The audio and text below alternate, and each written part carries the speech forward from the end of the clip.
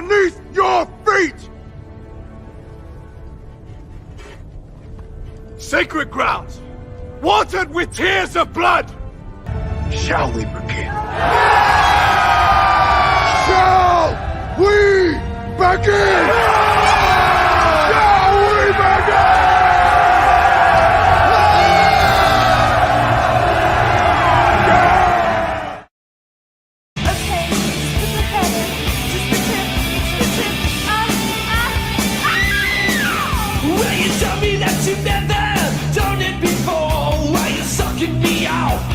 $10 whore. So just bend over and lift that skirt and let me know, girl, if it starts to hurt. You say go slowly, I guess you don't know me. I'm going straight to your ass, don't give me no shit. If you loosen up a little, I know it'll fit. Straight to your ass, don't try to explain. With every bit of pleasure, there's gotta be pain.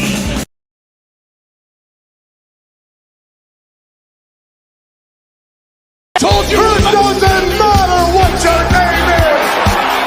It doesn't matter what your sign says! Yeah, you're right. It doesn't matter who you are in mind! It doesn't matter what her name was!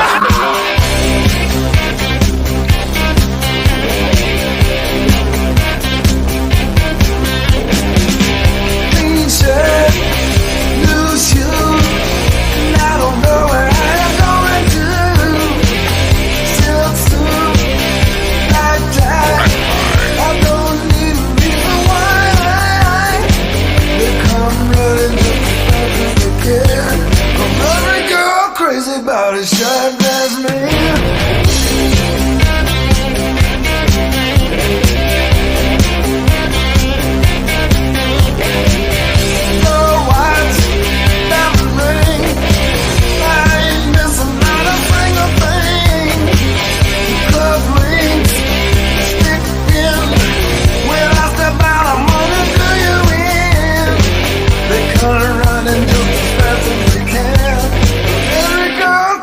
About a shot glass man.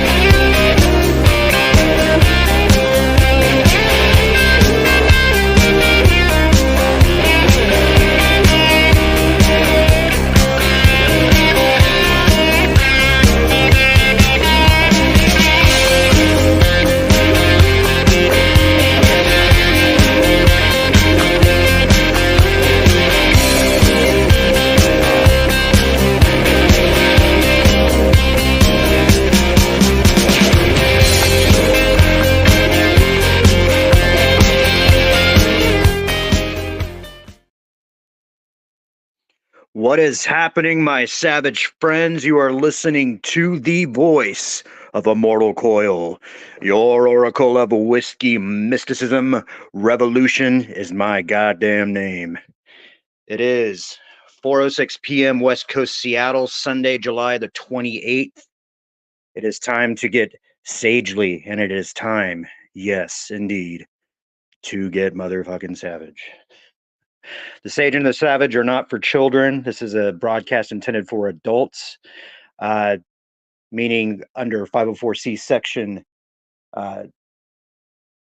17 of the United States Code. You got this, Coil. Podcast is presented for the purposes of education and entertainment through the use of parody, satire, critique, analysis, and or subjective opinion by means of a shared podcast. So without further ado, we'll bring out the mystical, the wonderful, the friendly, the cuddly, the very wise author, Stephen Walton, Lodonis Dragonstorm. What is What's happening, buddy? No, man, hail the chat. I have to ask, so what was it like spooning with Shellback last night? You know, he whipped it out and it scared me, so I had a little performance anxiety. Had to Oh, really? had to fade back to the back room. You know, Shellback puts off big dick energy, so I am I'm happy to hear that. I'm happy to hear that. Oh yeah, Tonight, he's a wonderful guy. Yeah. oh, he's a beautiful man. He's a beautiful. I had Yeah. a chance to hug him. At the Geeks and Gamers meetup last year. I think it was might have been the year before. But yes, he was the only person on YouTube shorter than me, so I'm happy for that. And he had a very manly, spicy smell to him when I hugged him. And we couldn't get Nerdrotic's attention because he was talking. He's busy. He's busy with his fans. So we took a picture together behind with Gary's back, and it was a nice picture. Now, dude, Shellback's one of the coolest people in the world. And guys, if you're not subscribed to Shellback TJC, please check out that channel. And if anybody out in the chat can throw out a link to that channel, and Snowdub Music and Entertainment. He does a regular show with Snowdub on Saturday nights. Saturday evenings. Yep, the Cotton Connection. Hail the Cotton Connection. Hail Trans Fat. Hail. Speaking of Hail Trans Fat, look at Papa Cotton out here with another. He's got a better avatar. If I could make it bigger, I would. Yes, that was a double joke. And, listen, it's good to see you, man. Let's go through the chat real quick. Say hi to everybody. We're gonna have a fun stream tonight, guys. This is definitely not our normal content. You'll probably hear the N-word, narcissist, one or two times. But mostly this is I had started. Well, let me go through the chat first. Hold on. Josh is here.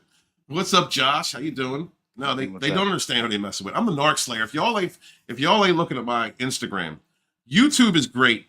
Instagram is, I'm gonna have to say, it's just a little better because I can put clown videos on it. I can clown narcs over there like it's nothing. And when I'm doing videos for us men, when I'm talking about narcopaths, narcissistic women over there, they're women. These freaking women come through that have hypergamy, and they see themselves in these videos when I'm and that's their fault. That's not my fault. Like if you're watching a video, and sometimes it happens with men too, Coil. They'll come through and a narcissist will see themselves in my video and then immediately go on the devaluation, go in the comments and start devaluing and attacking. Like somebody's over-identifying. Well, yeah, well, that's what narcs do. They're grandiose. So, but women do it a hell of a lot more, narcissistic women. And so they come through, dude, and that's when I throw the cat lady at them, get a bottle of wine, go cry in the bathroom. You're about to hit the wall, honey. I'm sorry to say it. You better find yourself a rich old soft man. Or your beta simp.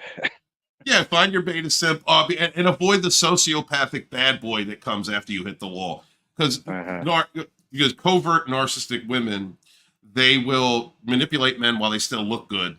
They're still young, they're still youthful, and then they'll hit the wall. And it's man or woman, right? A man or a woman, you can preserve your looks as you age. Men do it better. It's just who we are. It's genetics. It's natural.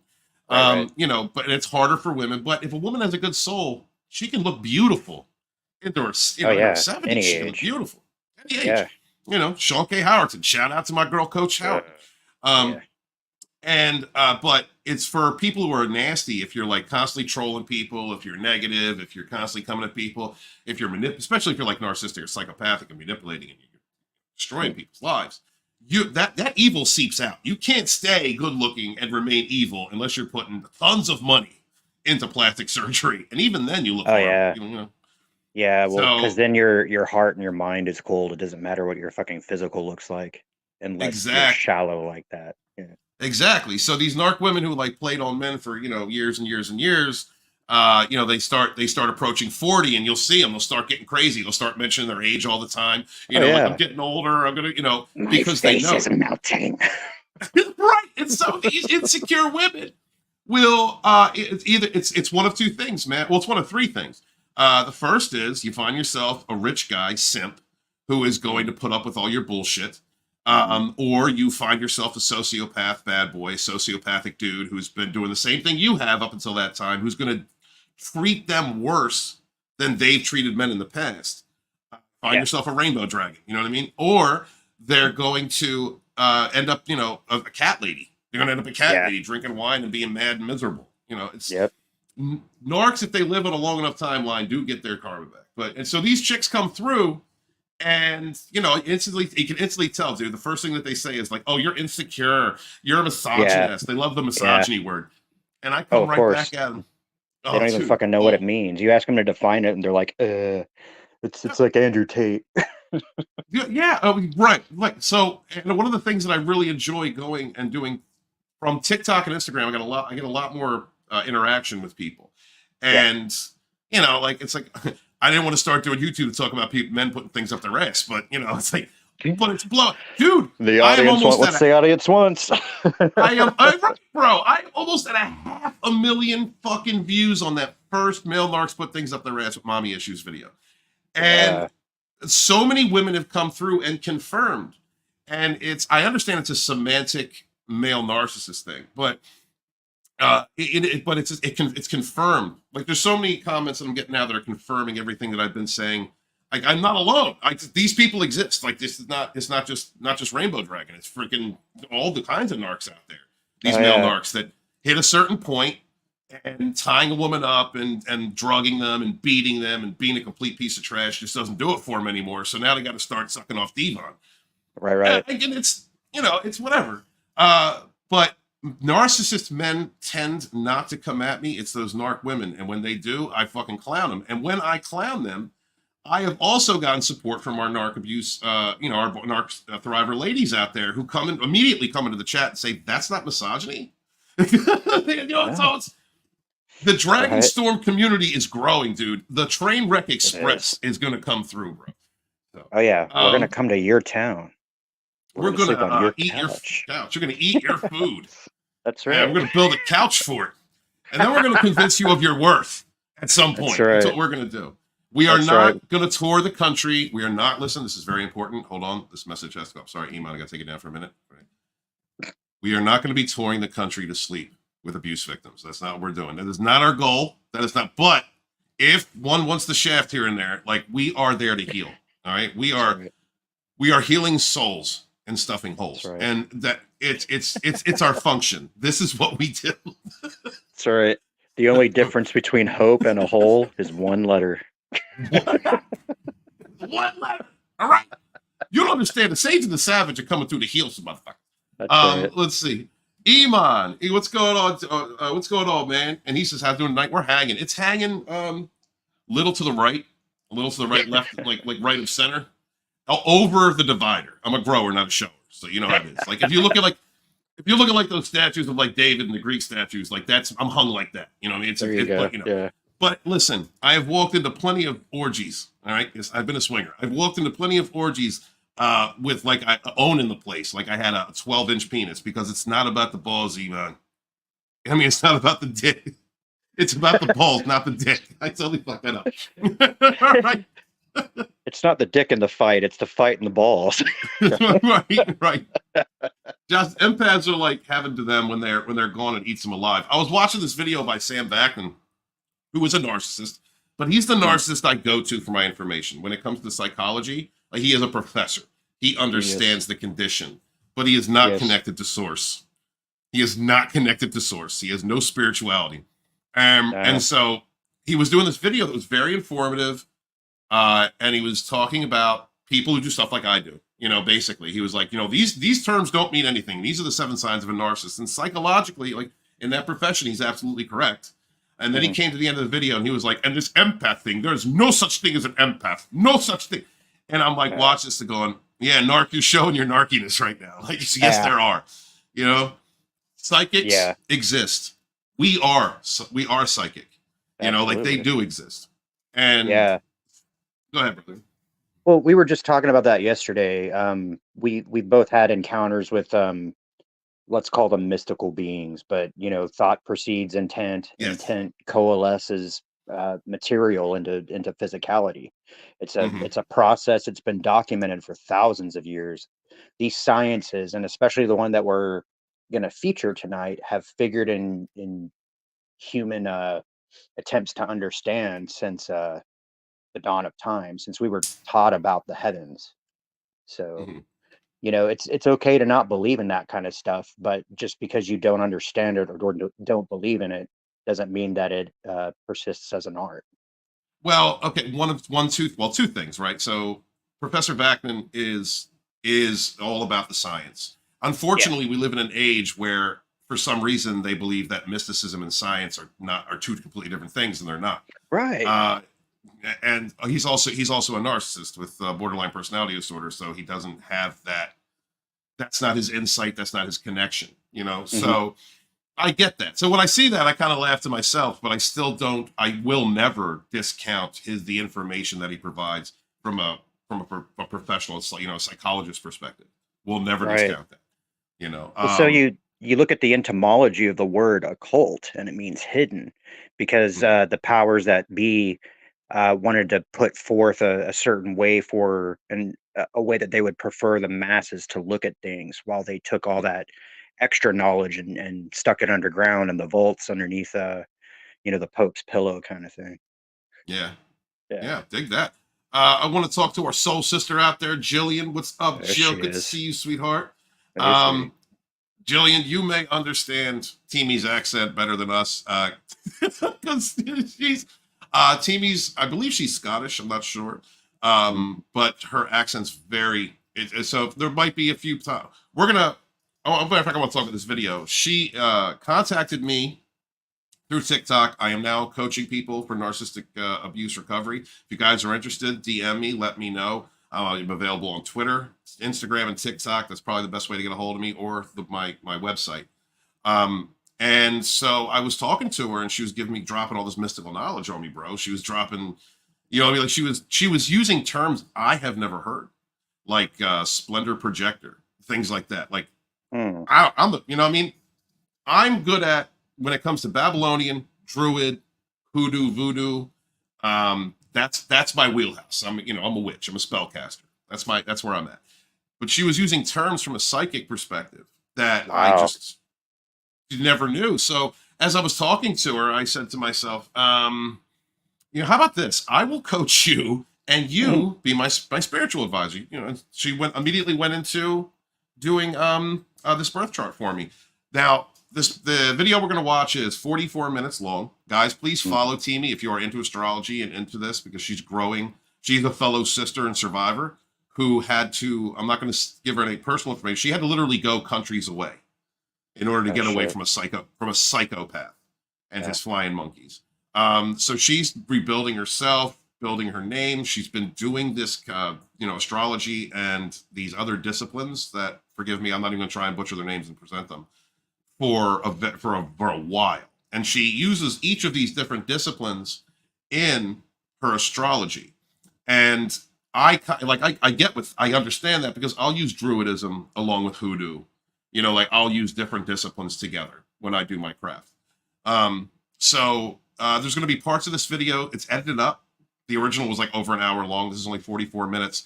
There's going to be parts of this video where there are blank, the screen is blank. And that is because she did not want certain people to see the software that she uses. But most of the video is just basically going to be a birth chart and her speaking and explaining it. Guys in the chat, let me know. I made a copy of the video and raised the audio. If it's too low, let me know. and we'll do what we can. But yeah, Jillian, soul sister out there, you're probably gonna understand Timea a hell of a lot better than any of us. Let me see. MC Mike Doug's in the house. Thank you so much for coming to Savage Spirituality last night. Why don't you tell everybody about what we do over there? Yeah, so that's the late night show on Saturdays. It's sort of like a Art Bell thing, but whereas Steven's more like a mystical and pagan and magical, I'm more from a different world, a different dimension kind of thing. I've had experiences with all kinds of non-human entities, whether they're in flesh or no. Sometimes I've been entwined in their flesh, and that's a thing as well. Last night we actually had a pretty good chat about sort of like angelic beings, or like higher dimensional entities who might encounter you, just to give you a kind of a little kick in the butt when you're at a low point. But the best part of all the shows, and it'll happen here too, is when we turn the show over to the audience for question and answer time. So come on out and check us out then, and we're gonna be doing stuff like this a little bit more often, in tandem with other things that we got going on. It was a good show. Yeah.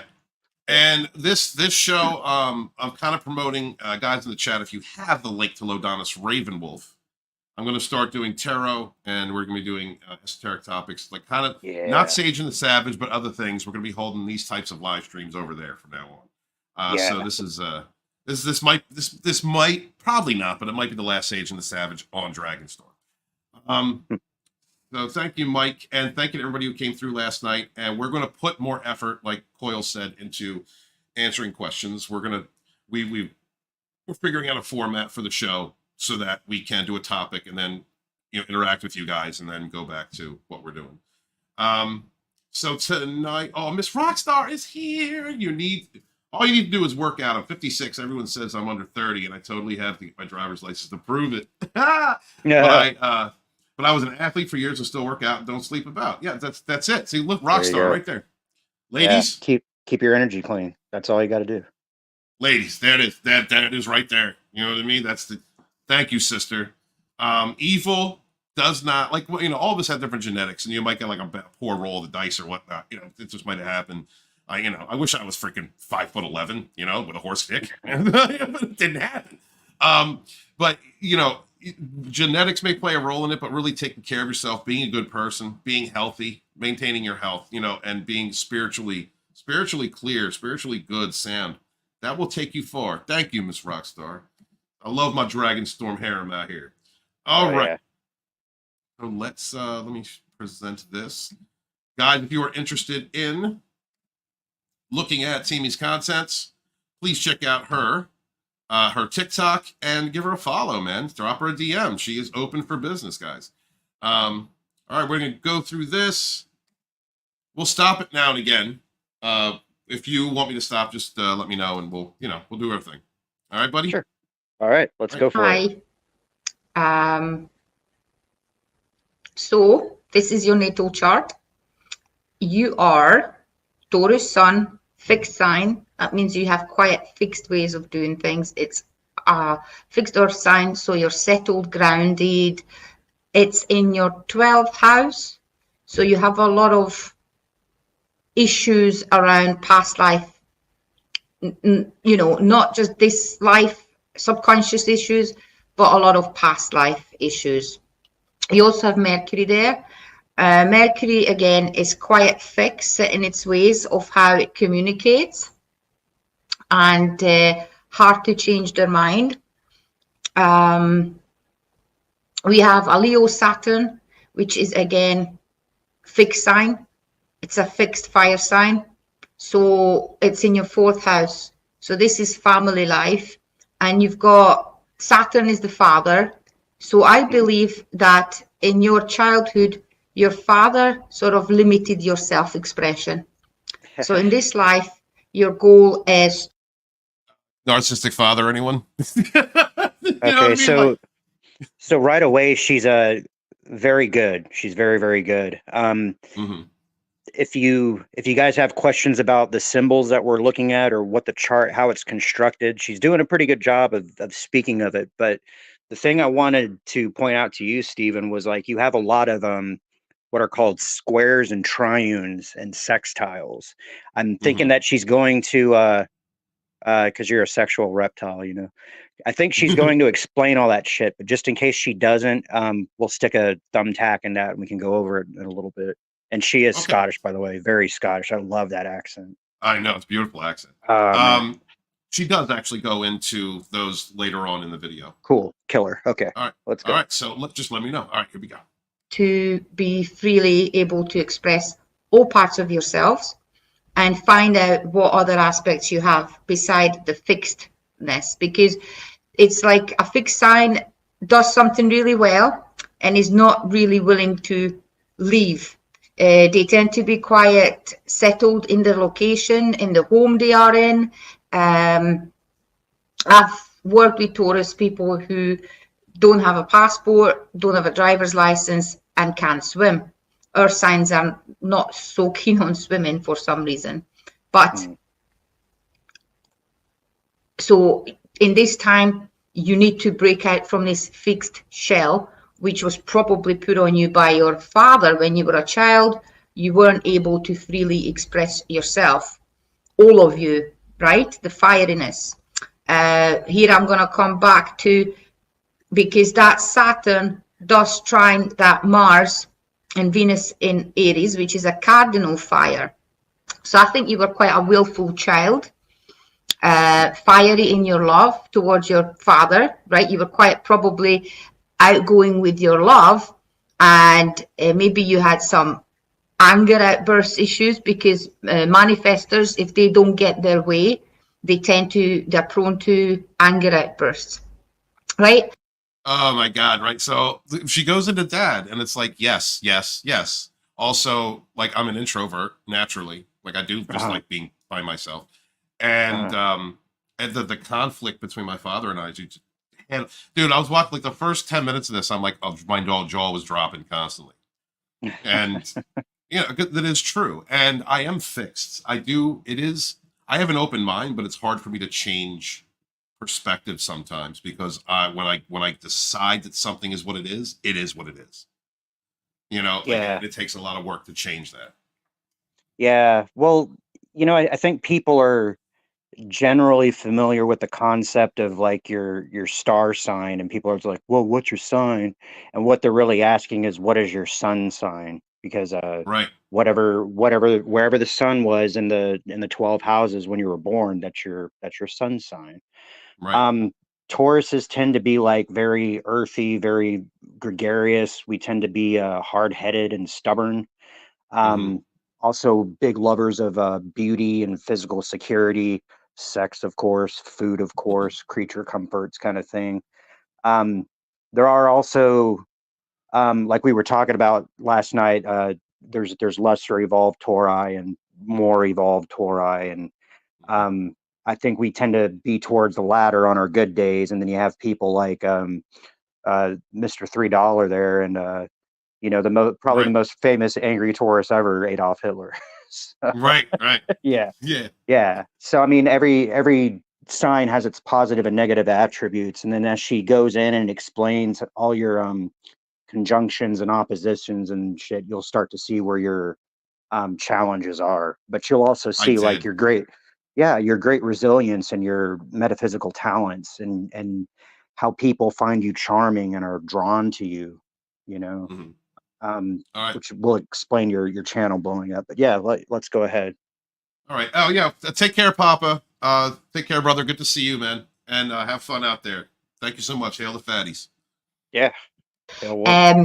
Manifestor by design. Obviously, your parents knew nothing about human design or astrology, so they were trying to enforce their views upon you. And when it's too much for a manifestor child, they have anger outbursts and say, you can't do this, you shouldn't be doing this, right? So over time, you learn to restrict that. But the good thing is that the Saturn trines these elements. So maybe in your case, you had a supportive father who supported you, right? Only you know that, because there's no square aspect in here. So actually your father could have been expressing those Leo traits. Leos are where the sun is at home. It's our self-expression, how our ego shines the best. You also have asteroid Demeter there, right on your IC. That means your mother was very, very important. And that's how you nurture people, how you mother people. You know, it's Okay. crazy. So, Yeah. well, okay, dad, narcissistic, but he would love bomb to value. There were times when dad loved the living hell out of me. Sure. And then I was as useless NIGGR the next. And but during those times, when he was in a positive state, he would actually be supportive. He was also, the Leo energy dude. He's a guitar player. He's a musician. Oh, yeah. Played with several bands. He's a singer. He's an artist. It's that attention kind of horror thing. Yeah. Right. But the negative aspect of that is, if I were writing, if I were doing something positive, then he would feel shame. He would feel a challenge. Yeah. And then, yeah. You know what I mean? And then the mother aspect, this is all she goes into, the mother aspect. I got mommy and daddy issues. Mom was absent. She was there in my early life, and then until about 9, and then she was gone because she had to go on a healing journey, and it's what it is. But my mom was very important to me. And as we know, I'm a lunar male, so I'm very comfortable in my feminine energies.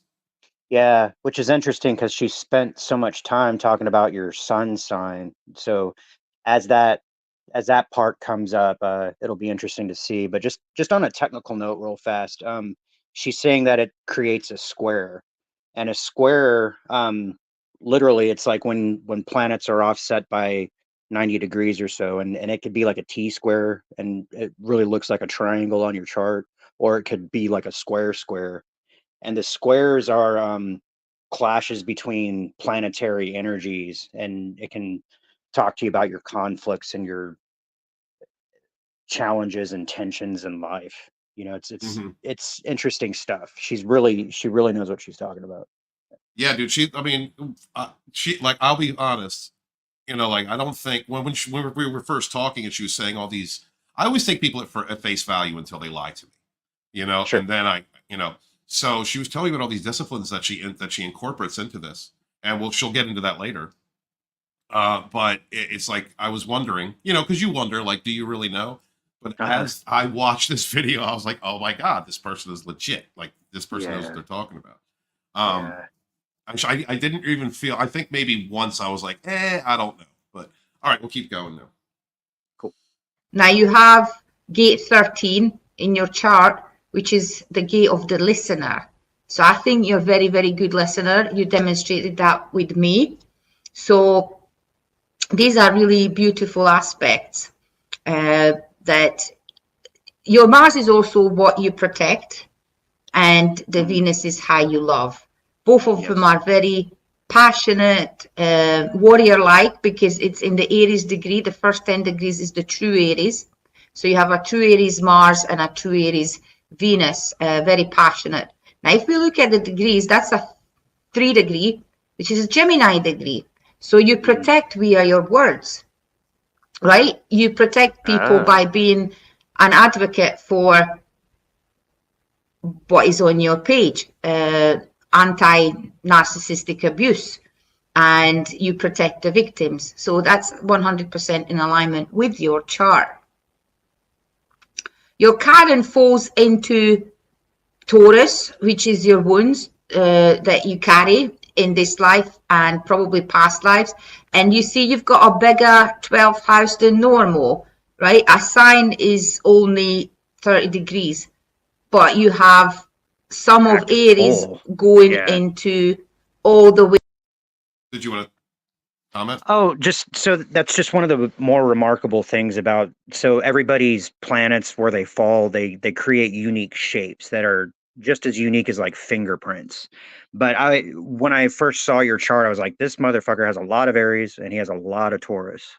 A lot of Aries and Taurus, and she goes into later. I'm telling you exactly the why I was attracted to NarcX, and why I was triangulated by an Aries with a negative Taurus. Yeah, but it's interesting because on the opposite side of the chart there, you see you have a lot of Aquarius and a lot of Libra. Yes, so you're balanced out in some interesting ways here, but it's also in ways that, like you're saying, these conjunction, like she's saying, the conjunctions are gonna start pulling on each other and just stretching out the dough and making things nice and interesting. So, yeah, let's keep going, man. All right, brother. That you carry in this life and probably past lives, and you see you've got a bigger 12th house than normal, right? A sign is only 30 degrees, but you have some of Aries going into all the way up to 29. So that Taurus rising, it means it's really crystallized the Taurian values, and in terms of stability and groundedness in reality. 6124 awareness. It is as the thinker. It's pressure to understand the truth, bring the unknowable into the world and create awareness in the minds of others. Here, big insights come suddenly. If you think about something enough, you eventually reach the truth, or you could find a truth that's good enough for the time being, but then feel the urge to go back and rethink again and again, because this channel is in an individual circuit. Even if you end up solving the mystery, you might not be able to share it with others, or they will not be able to relate to it. Gate 61 being in the head center puts pressure to know the unknowable, the why in the life, while the Angel Gate 24 seeks to rationalize thoughts over and over. Inspiration can come suddenly and disappear just as quickly, which leads to a melancholic mind. You often discover truths and insights for yourself, but this discovery cannot be planned because insights happen suddenly.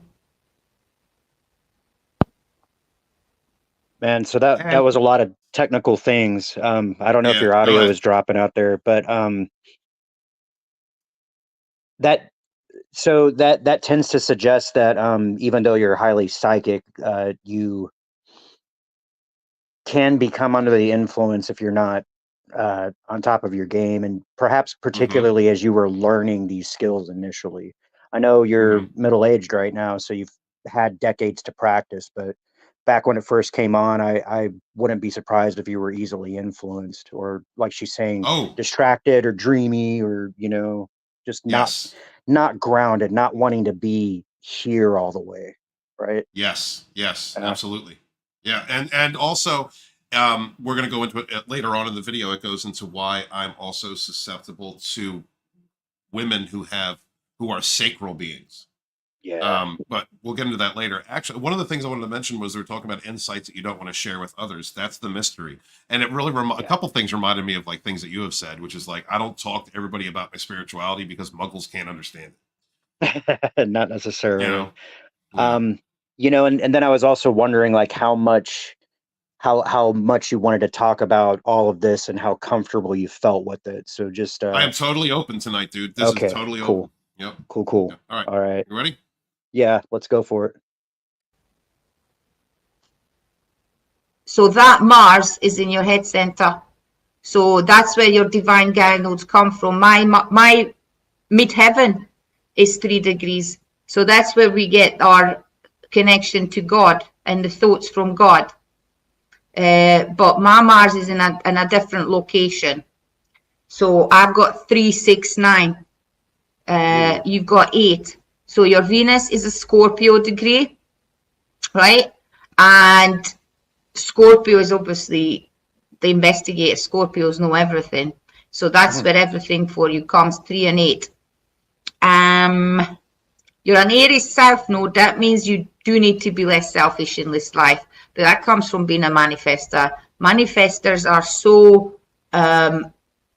they don't need to inform anyone about what they do. So you really need to have someone in your life who understand how a manifestor operates. Do you see what? And so she informed me I'm a manifestor, and I think she explains that later. And that's like it.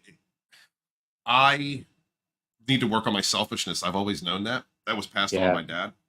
Yeah. And that goes into, we'll go into this later in the chart, controlling my emotions is so important because I can slide into light worker or shadow worker. I can slide into both. Love the light of the white wolf and the black dragon. And so that is something that that is definitely something she's right about, and I've had to control that along with my emotions. Well, and that's another thing about the natal chart. Just very similar to tarot, actually. It's not going to be like this is who the fuck you are. Period. It's a Right. chart of tendencies and influences and relationships between energies that are embodied by the planets. But there's also like masculine and feminine traits to those things, and then there's elemental traits to those kind of things. Mm-hmm. Which is often to say, like, we were talking about this too. Sometimes in your zealousy of railing against the things that you find unjust, there's a danger of slipping into that yourself. She And says that. yes.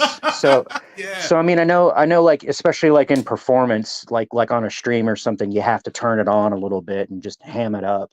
But if you're not careful, it could actually, as it has in times, dominate your Mm-hmm. being for an extended period. So Yeah. it'll be interesting Yeah, to hear brother. what she has to say about that. I feel like And we're I know kind of that co-reading you, and I can feel my crown chakra going off right now. It's a trip. you know me probably the best. Like, you probably Yeah. know me better than Sporking at this point. And I love Ooh. Scott knows me pretty damn well. Yeah, he But does. I've gone through this healing journey, and you were like the last consistent friend standing with me as I was going through this, you know? Yeah. Not to say that other people weren't there for me, and they were, you know, but you're gonna see a lot of things in here that we've been talking about for a long time. Interesting. Yeah. All right, let's dive in. I mean, and actually people in relationship can take really badly to that, because you just get inspiration or whatever, and they feel as they are like blocked out, because you do have like a repellent aura. You can't help it. But that's when you teach online, that's not perceived. It's only when you closely connect with one person. It's only in one-on-one connections that manifesting effect comes. Yeah. So when she said that, the first thing I thought was something you said a long time ago that I've actually been using in my videos, and it's been helping me grow. What's that, Steve, I feel like when you were doing those videos, you were talking to yourself. Mm-hmm. And you are absolutely correct. When I was doing all that early content, I was talking to myself, thinking about my situation.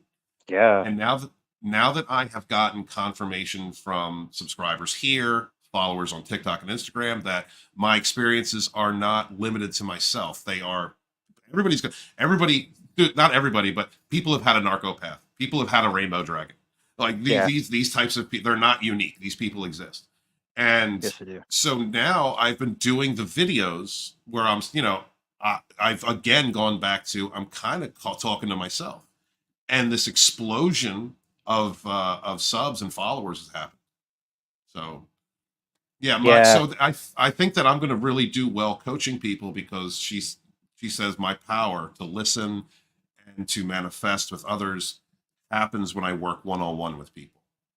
Well, yeah, and it's real tempting to just only focus on the outward explosive sort of elements of your personality, particularly when you're experiencing Right.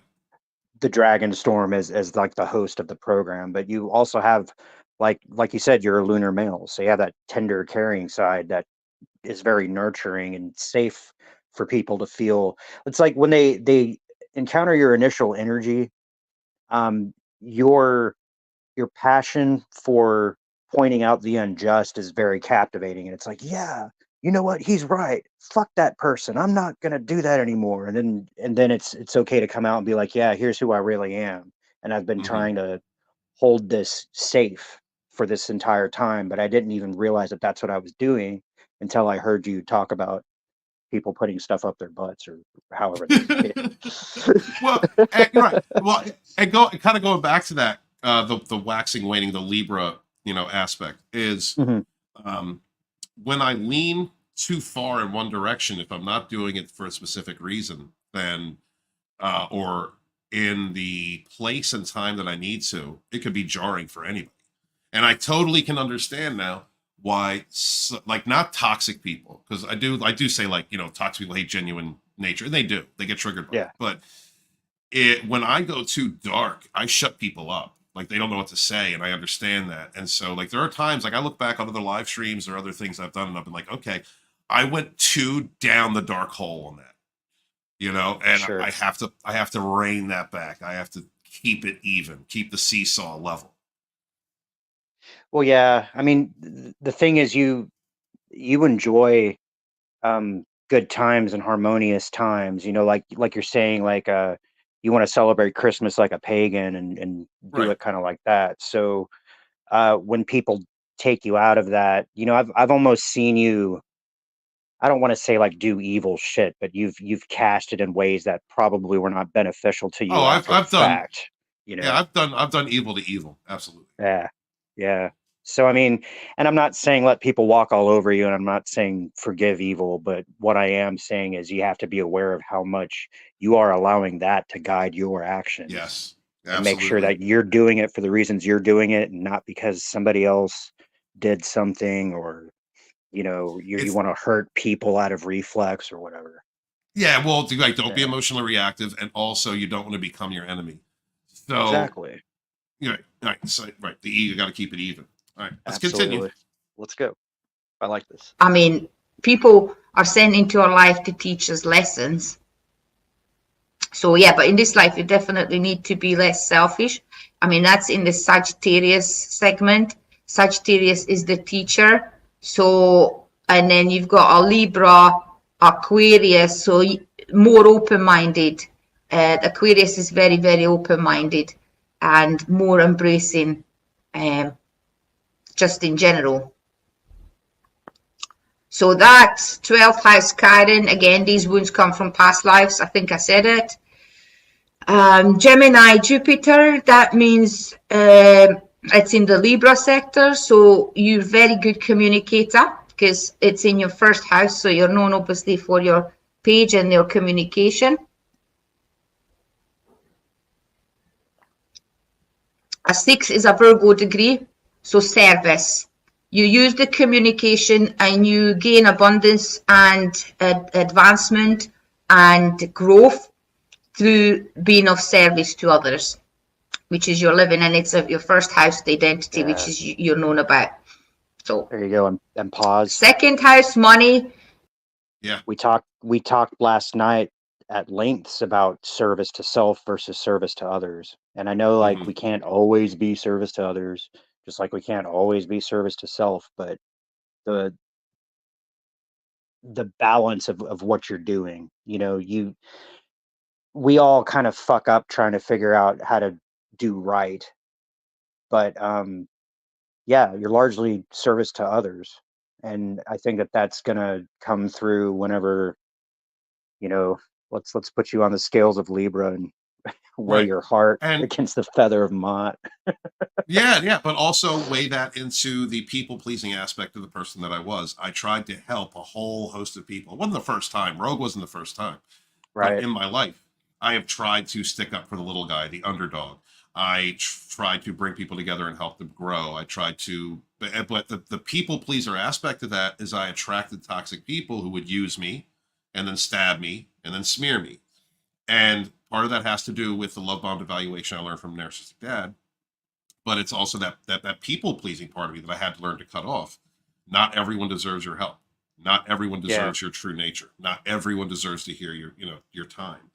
And real quick, I Yeah. want to say hi to Ruth, Jessica, Kevin, and Deborah, and everybody else in the chat. Hey, I guys. have this screen up so I can do this. So I do have my phone on so I can see you, but we're concentrating on this at the moment. But I want to say thank you guys and keep the conversations going. Much love to you all. Thank you for being here. Go ahead, Chloe. Oh, I wanted to say hi to everybody else as well. This is like Stephen had a lot come through in just a short amount of time. Like he called me like last night or the night before. He was like, dude, I just had the blah, blah, blah, blah, so um through learning about Stephen this way, and he's being very vulnerable sharing this to you guys. Hopefully you can appreciate him more as a human being, and maybe consider your own place. Definitely reach out to the presenter here. She is very fucking knowledgeable. I'm probably gonna try to bother her after the stream's over and Yeah, see if she Timmy's feels awesome. like talking. Yeah. Yeah, she is awesome, man.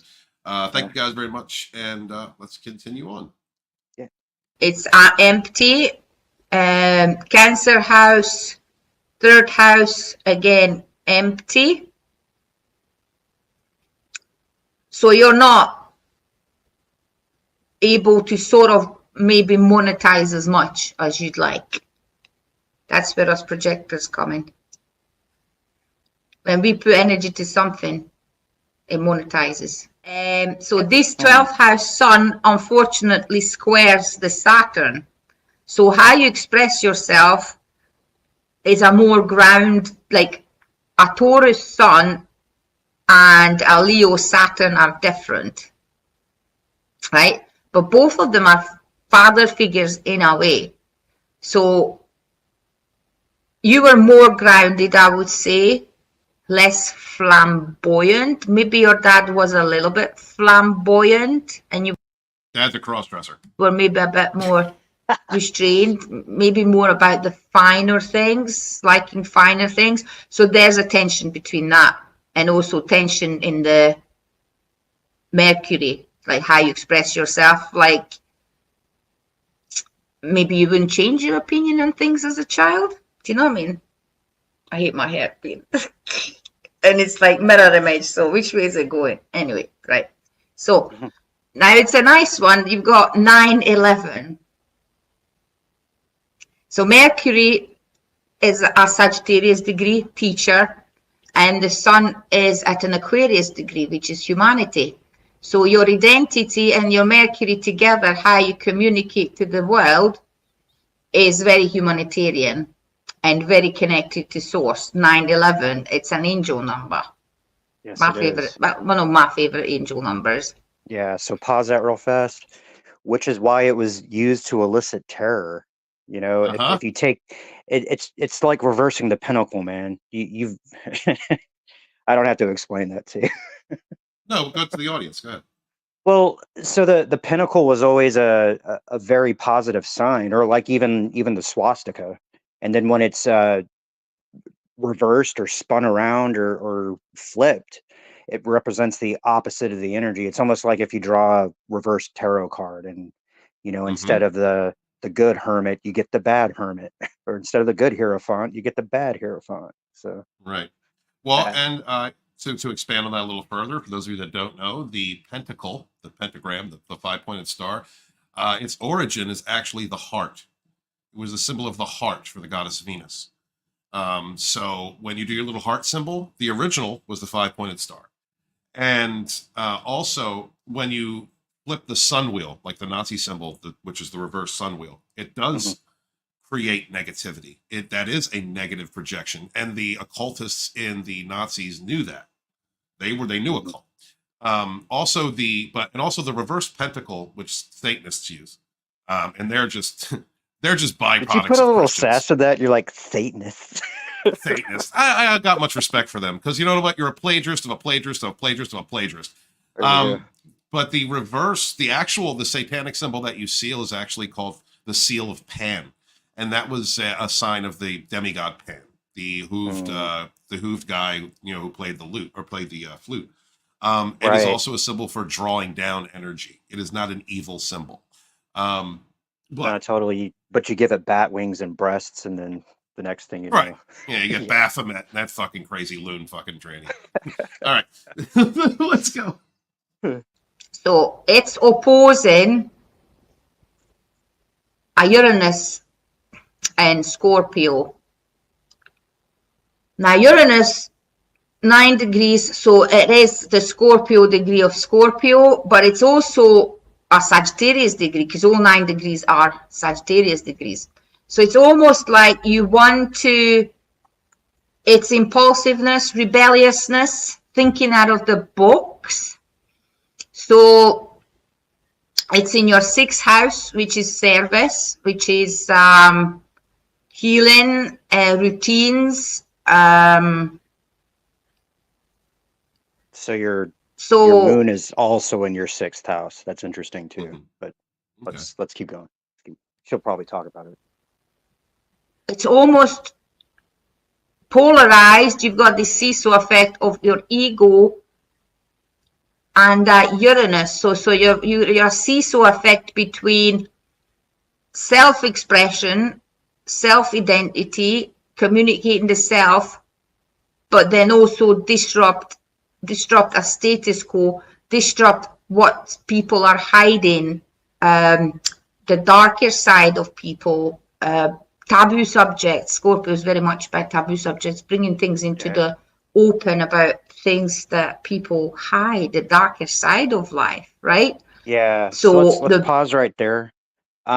Especially when you're talking about the outer planets, they spend a longer time in all the houses because it takes hundreds of years for them to make a trip around the sun. So you'll find that when you get out to like Uranus and Neptune and Pluto, that those effects tend to be more generational. And there are specific meanings for you, like she's describing how it relates to your sixth house. But a lot of the stuff that we are influenced by those energies are again generational. So to specifically relate it to narcissistic abuse, you talked about narcissistic females and how they lay out a certain life pattern, and it's things like that. When an entire generation can be influenced in a certain way, that's explained by these relationships with those outer planets.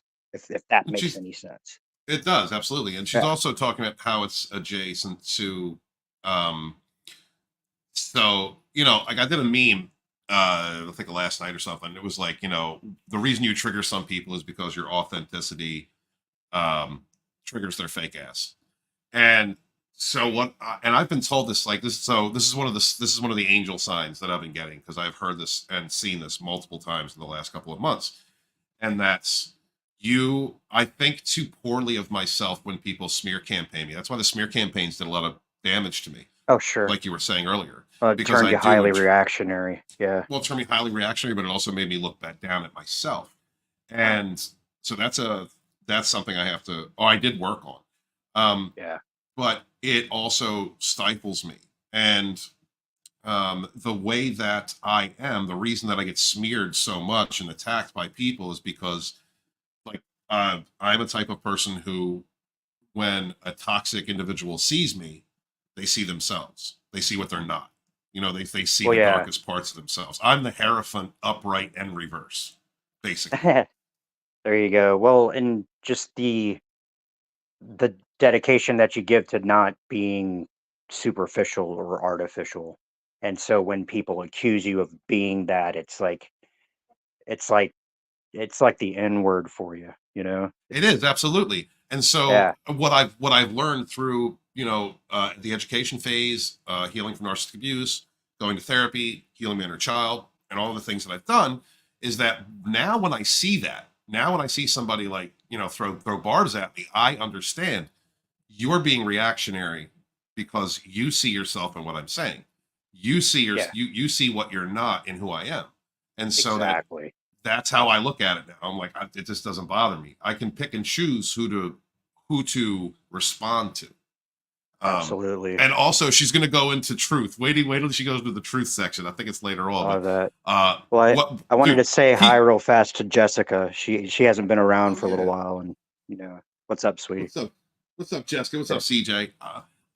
But keep it real or keep it moving. That's always been my thing. Don't be a liar. There you go. I hate liars.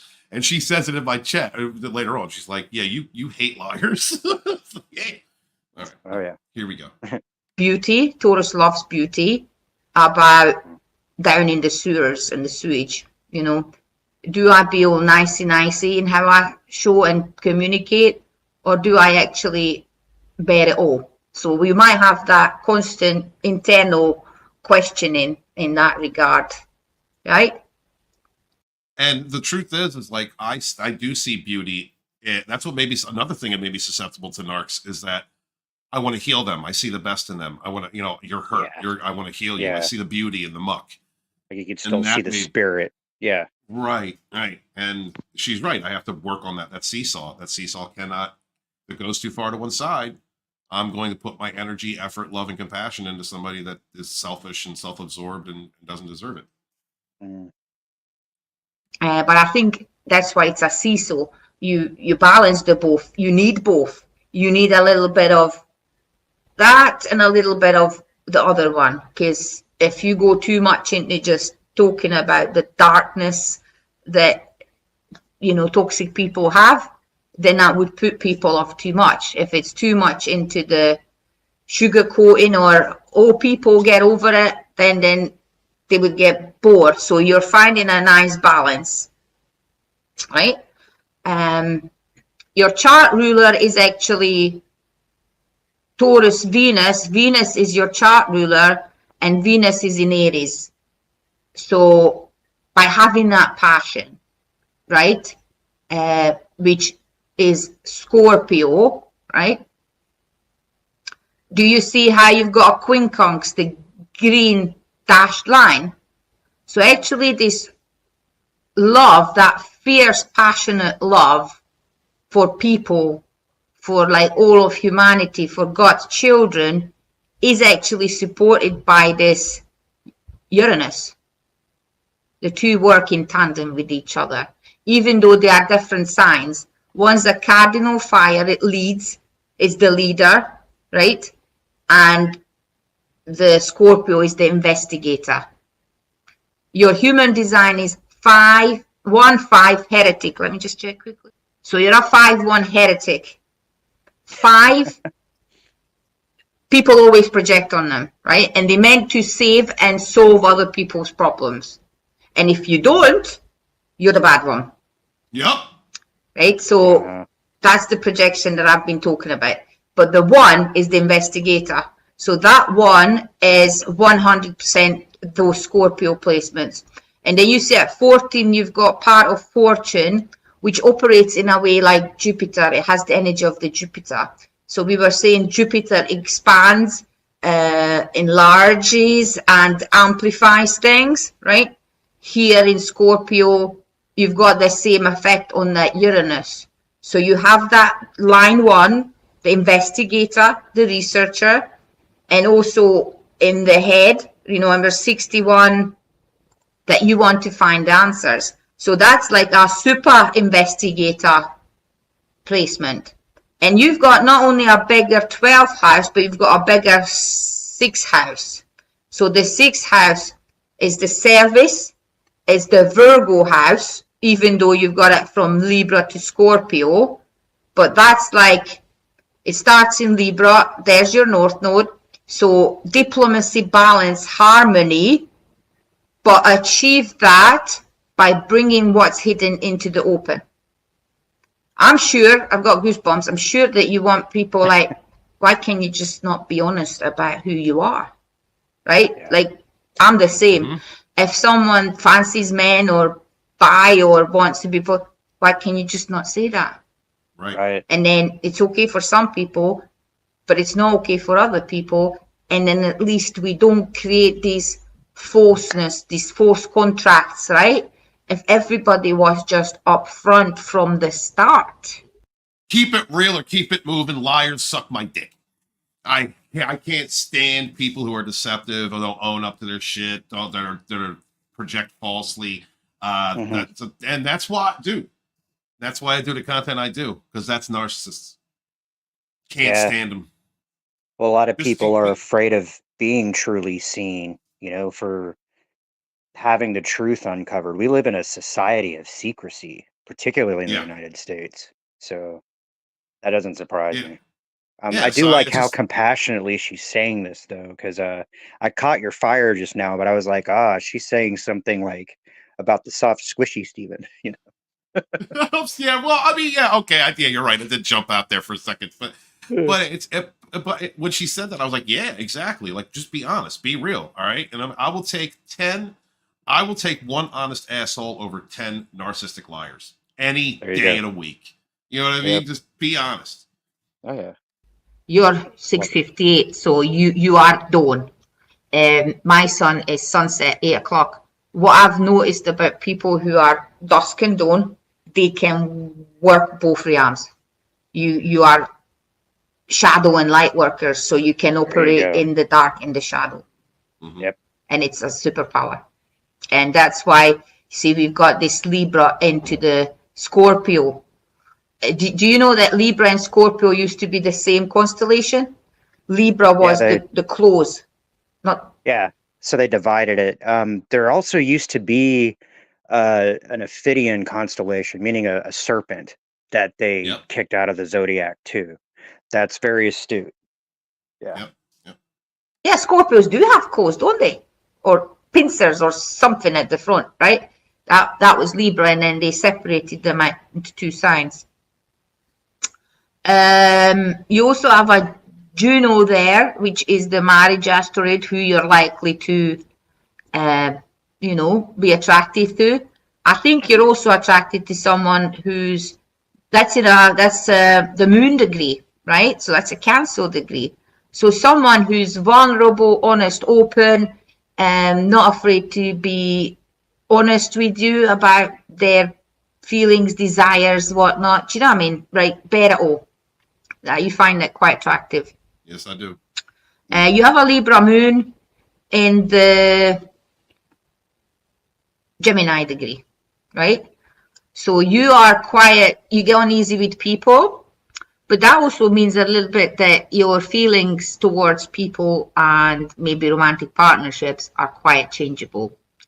Moonies are emotions, are innermost feelings, and don't call me out. Libra is always balancing the scales. It's like here, I was talking about the seesaw effect, right? A Libra moon will forever like, have I got the right person? Is this person right for me? Maybe there's someone better right for me. Or maybe, and then you could also experience that. I think you've got quite a high sex drive as well with these fiery Mars placements. That's probably the highest sex drive out of them all. Maybe a Scorpio Mars would be on par or higher, but because Mars rules Venus and Scorpio. So I don't know if in the past you had this, maybe you weren't getting what you required, or at the frequency or whatever. She's being then so sanitary about her observations here, man. So, go ahead. Well, so I find this interesting because my sun sign is a Aries Taurus cusp, and then my moon sign is in Scorpio. So we talk about like certain like interesting overlaps in our personality, and we haven't lived the exact same life, but we've lived very similar lives. And then I was pointing this out last night. So just like you're saying, when you go to the bar and you're like, hey baby, what's your sign?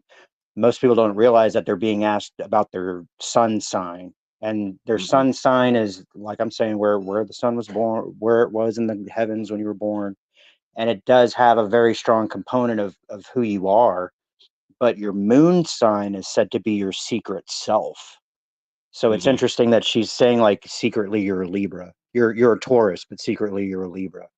Right. And Libras are interesting people because they're not typically the most gorgeous person in the room, but they tend to be the one that gets the most attention unless there's like a Leo hanging out and can't fucking stand absolutely it. I married a Libra, the only woman I ever there married. You go. Yeah.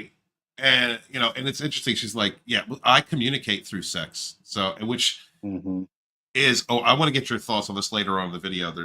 She talks about the vacant spots, vacant aura centers or chakral centers.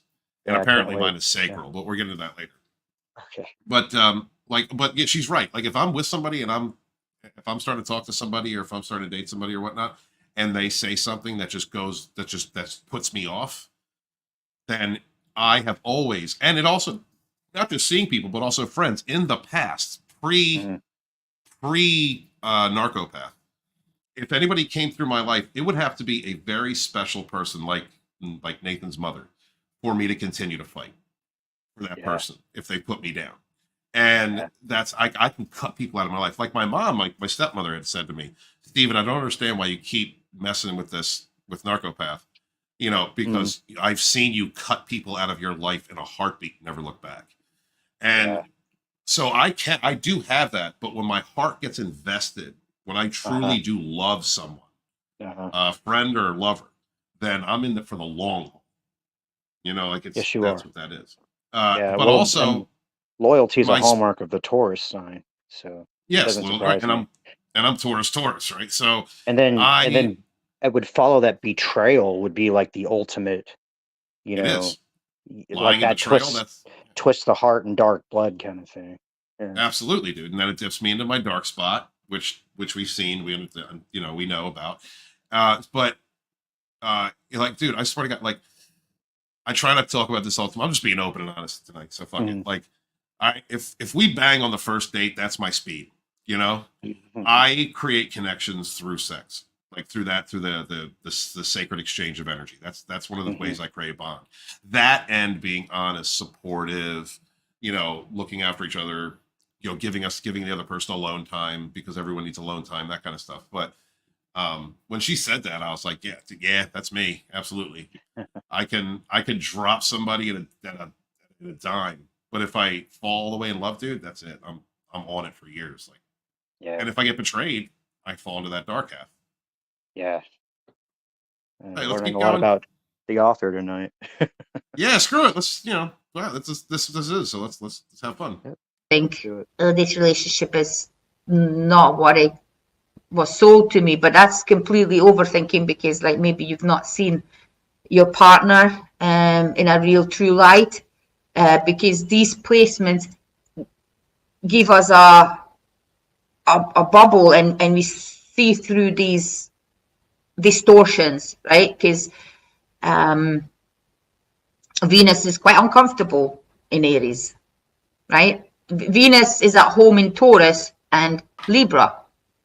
It's all beauty, nurturing, kindness, spa day, roses and nice meals.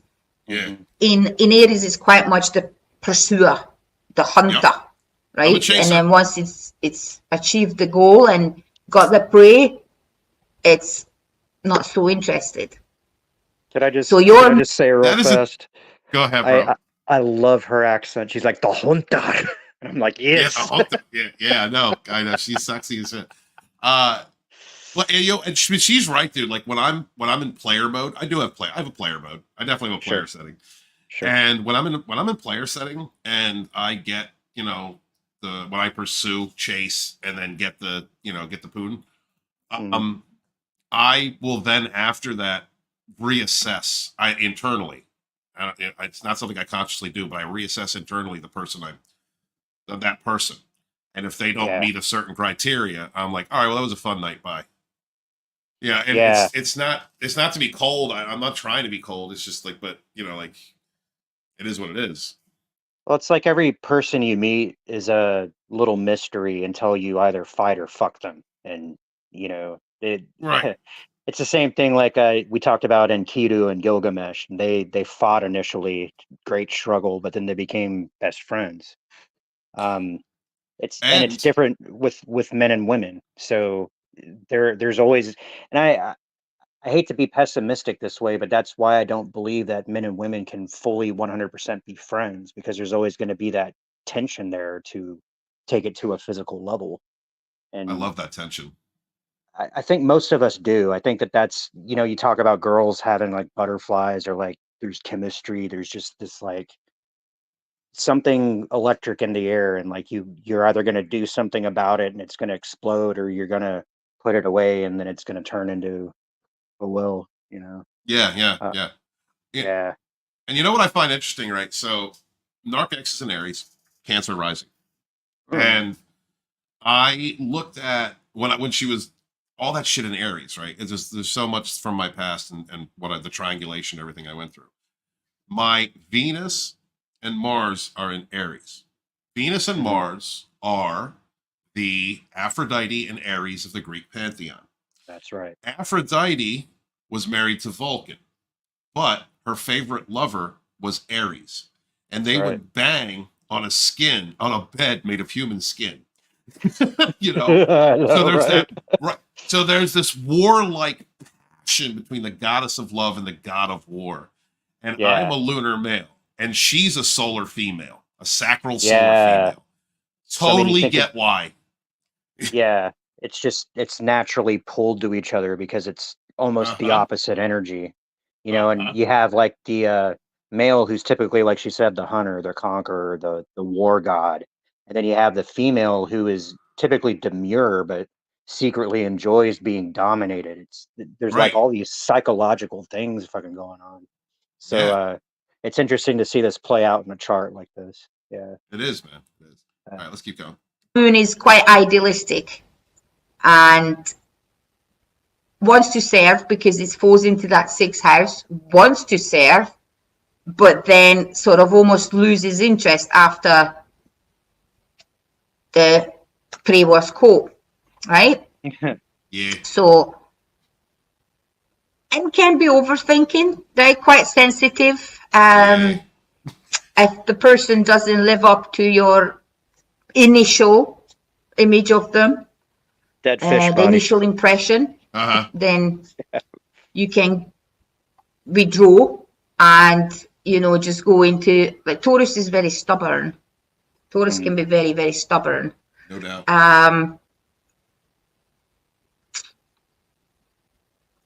But obviously, if there was any romantic partner or the person that was a narcissist in your past, actually, I know people do horrible things. And what I teach to my clients, it's identifying the energy, right? Then we can look at transits. I look at transits with my clients, but those I have to charge for because that's an ongoing work. And we know when certain planets trigger a specific placement.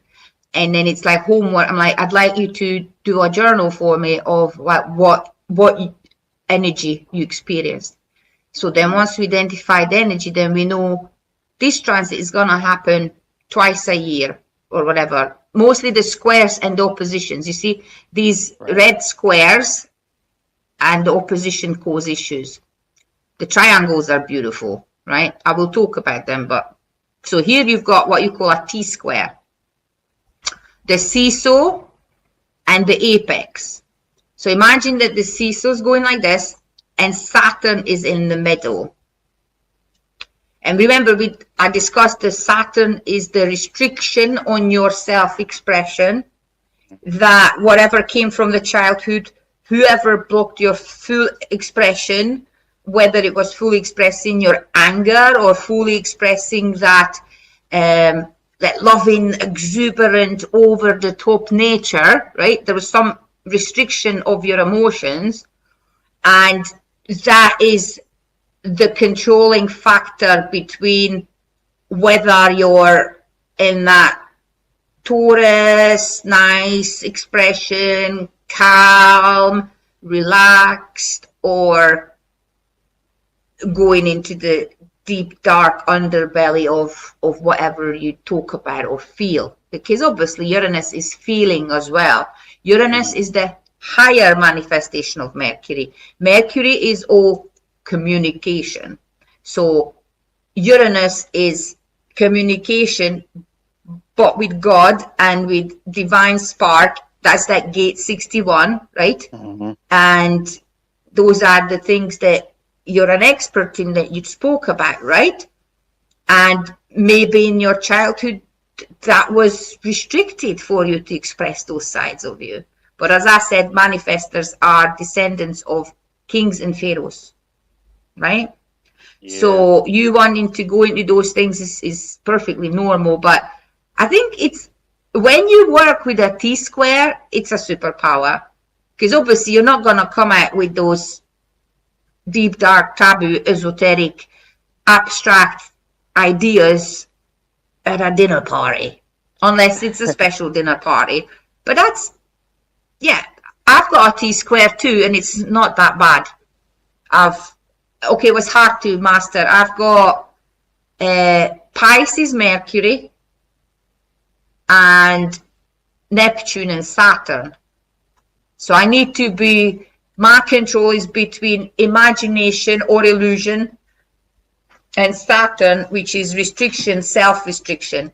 So the restriction here is, once you're an adult, is self-imposed, but it comes from what your parents put on you because it's 4th house.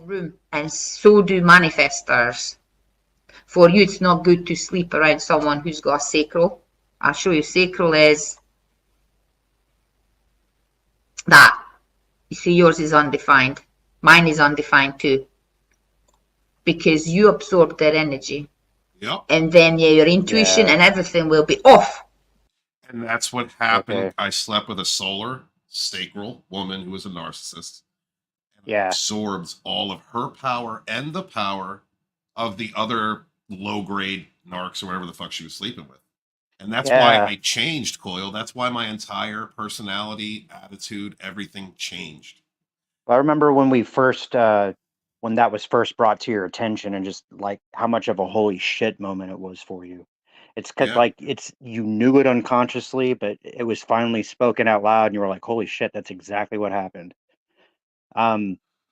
Now we've covered this in Sage and Savage, but anytime you exchange intimate energies with anybody, you're basically blanketed with a version of their chi for at least 6 weeks. But Mm-hmm. not only them, anyone else they're sleeping with. Yep. And especially if you're getting into multiple 6-week overlap energetic envelopes, man, you can really turn into somebody who's literally not you, because you've Yes. been, so like females, obviously we dig into you and we inject that into you, but like males, we're like an antenna. We got our wang and we got our hips that absorb, just like getting a signal from outer space or something. So Why women have more orgasms than men, and men give back the energy mixed with us. exactly. So that's what the Chinese believed, actually, was that the Taoist said that if you are having sex with a woman, every time she orgasms, you get to absorb the good, like what they call prenatal chi, which is kind of what we came here with before we started, thinking and eating and sleeping and all that kind of stuff. But if a man orgasms, especially inside of a woman, he is said to lose part of his essence. And I would Right. even argue, like, like a dude, he'll bust one and then like want to pass out immediately. It's like physically weakening for him, even though it's Yes. like euphoric and it feels wonderful and all that kind of stuff. It's Well, it's a because we're part of giving the us. seed of life. We are.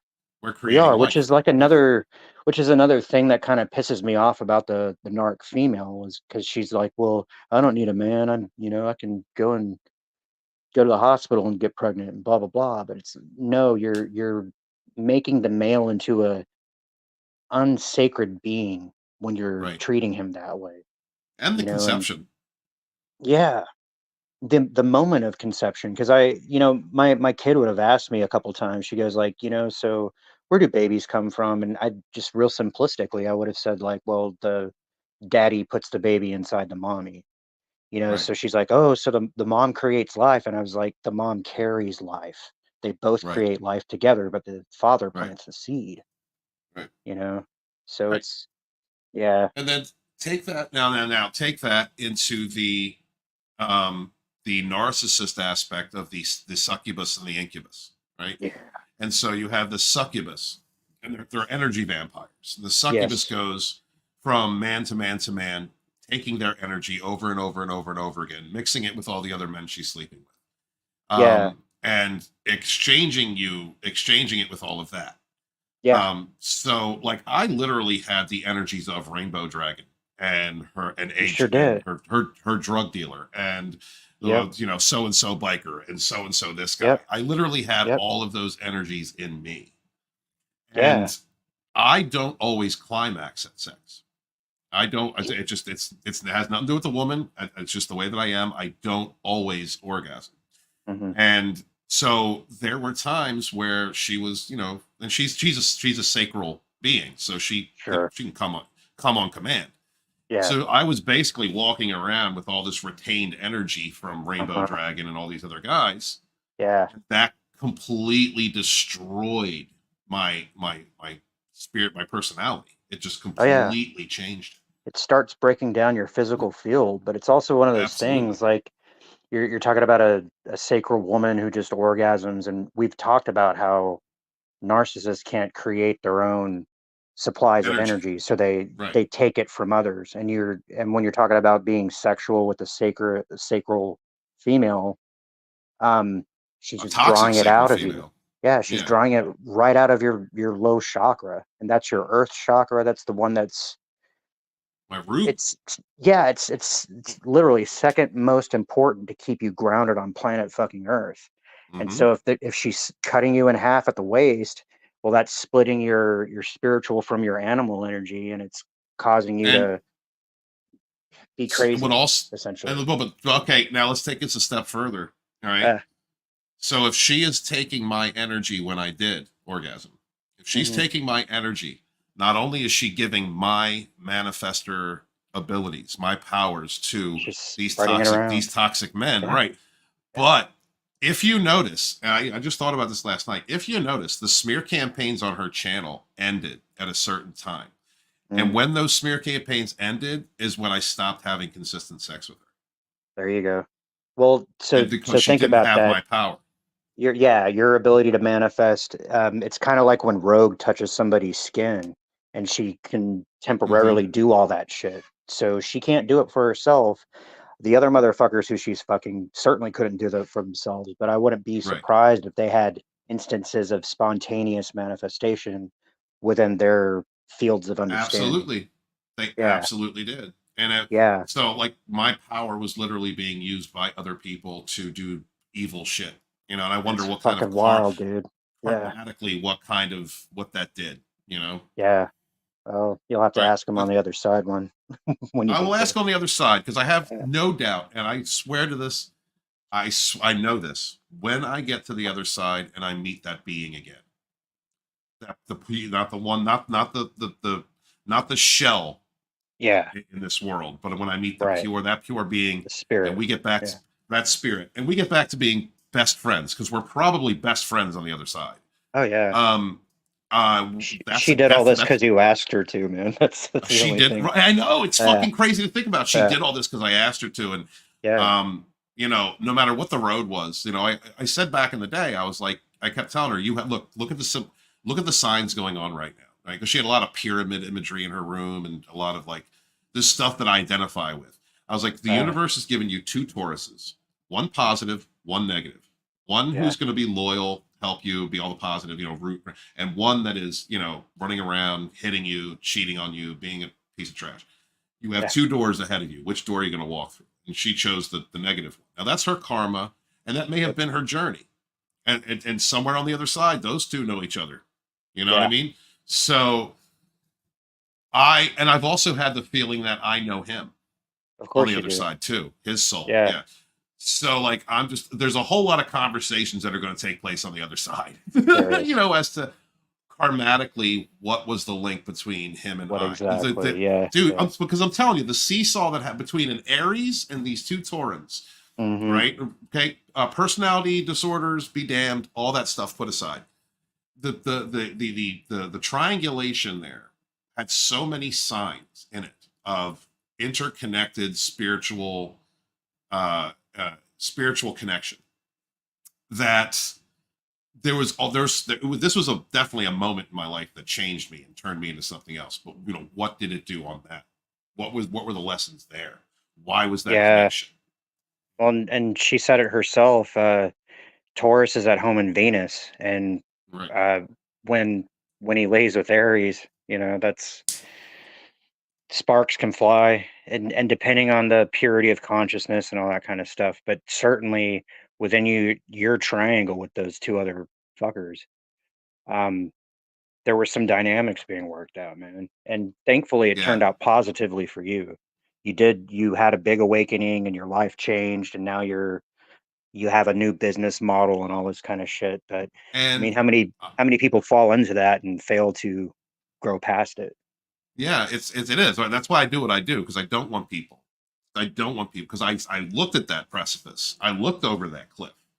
You know what I mean? I was talking about this with another one of the people I'm talking to right now, and I was like, I stood at the cliff and was at a point where I said to myself, "All right, motherfuckers, I'll Mhm. be a better narcissist than you." Like that's where all the mirror of the narc came from. Was I'll be a better evil fucker than you are. I'm smarter than you. But Yeah, I walked myself back. I got back to my authentic self. I found my yeah, center. I healed. good. And I'll say this right now.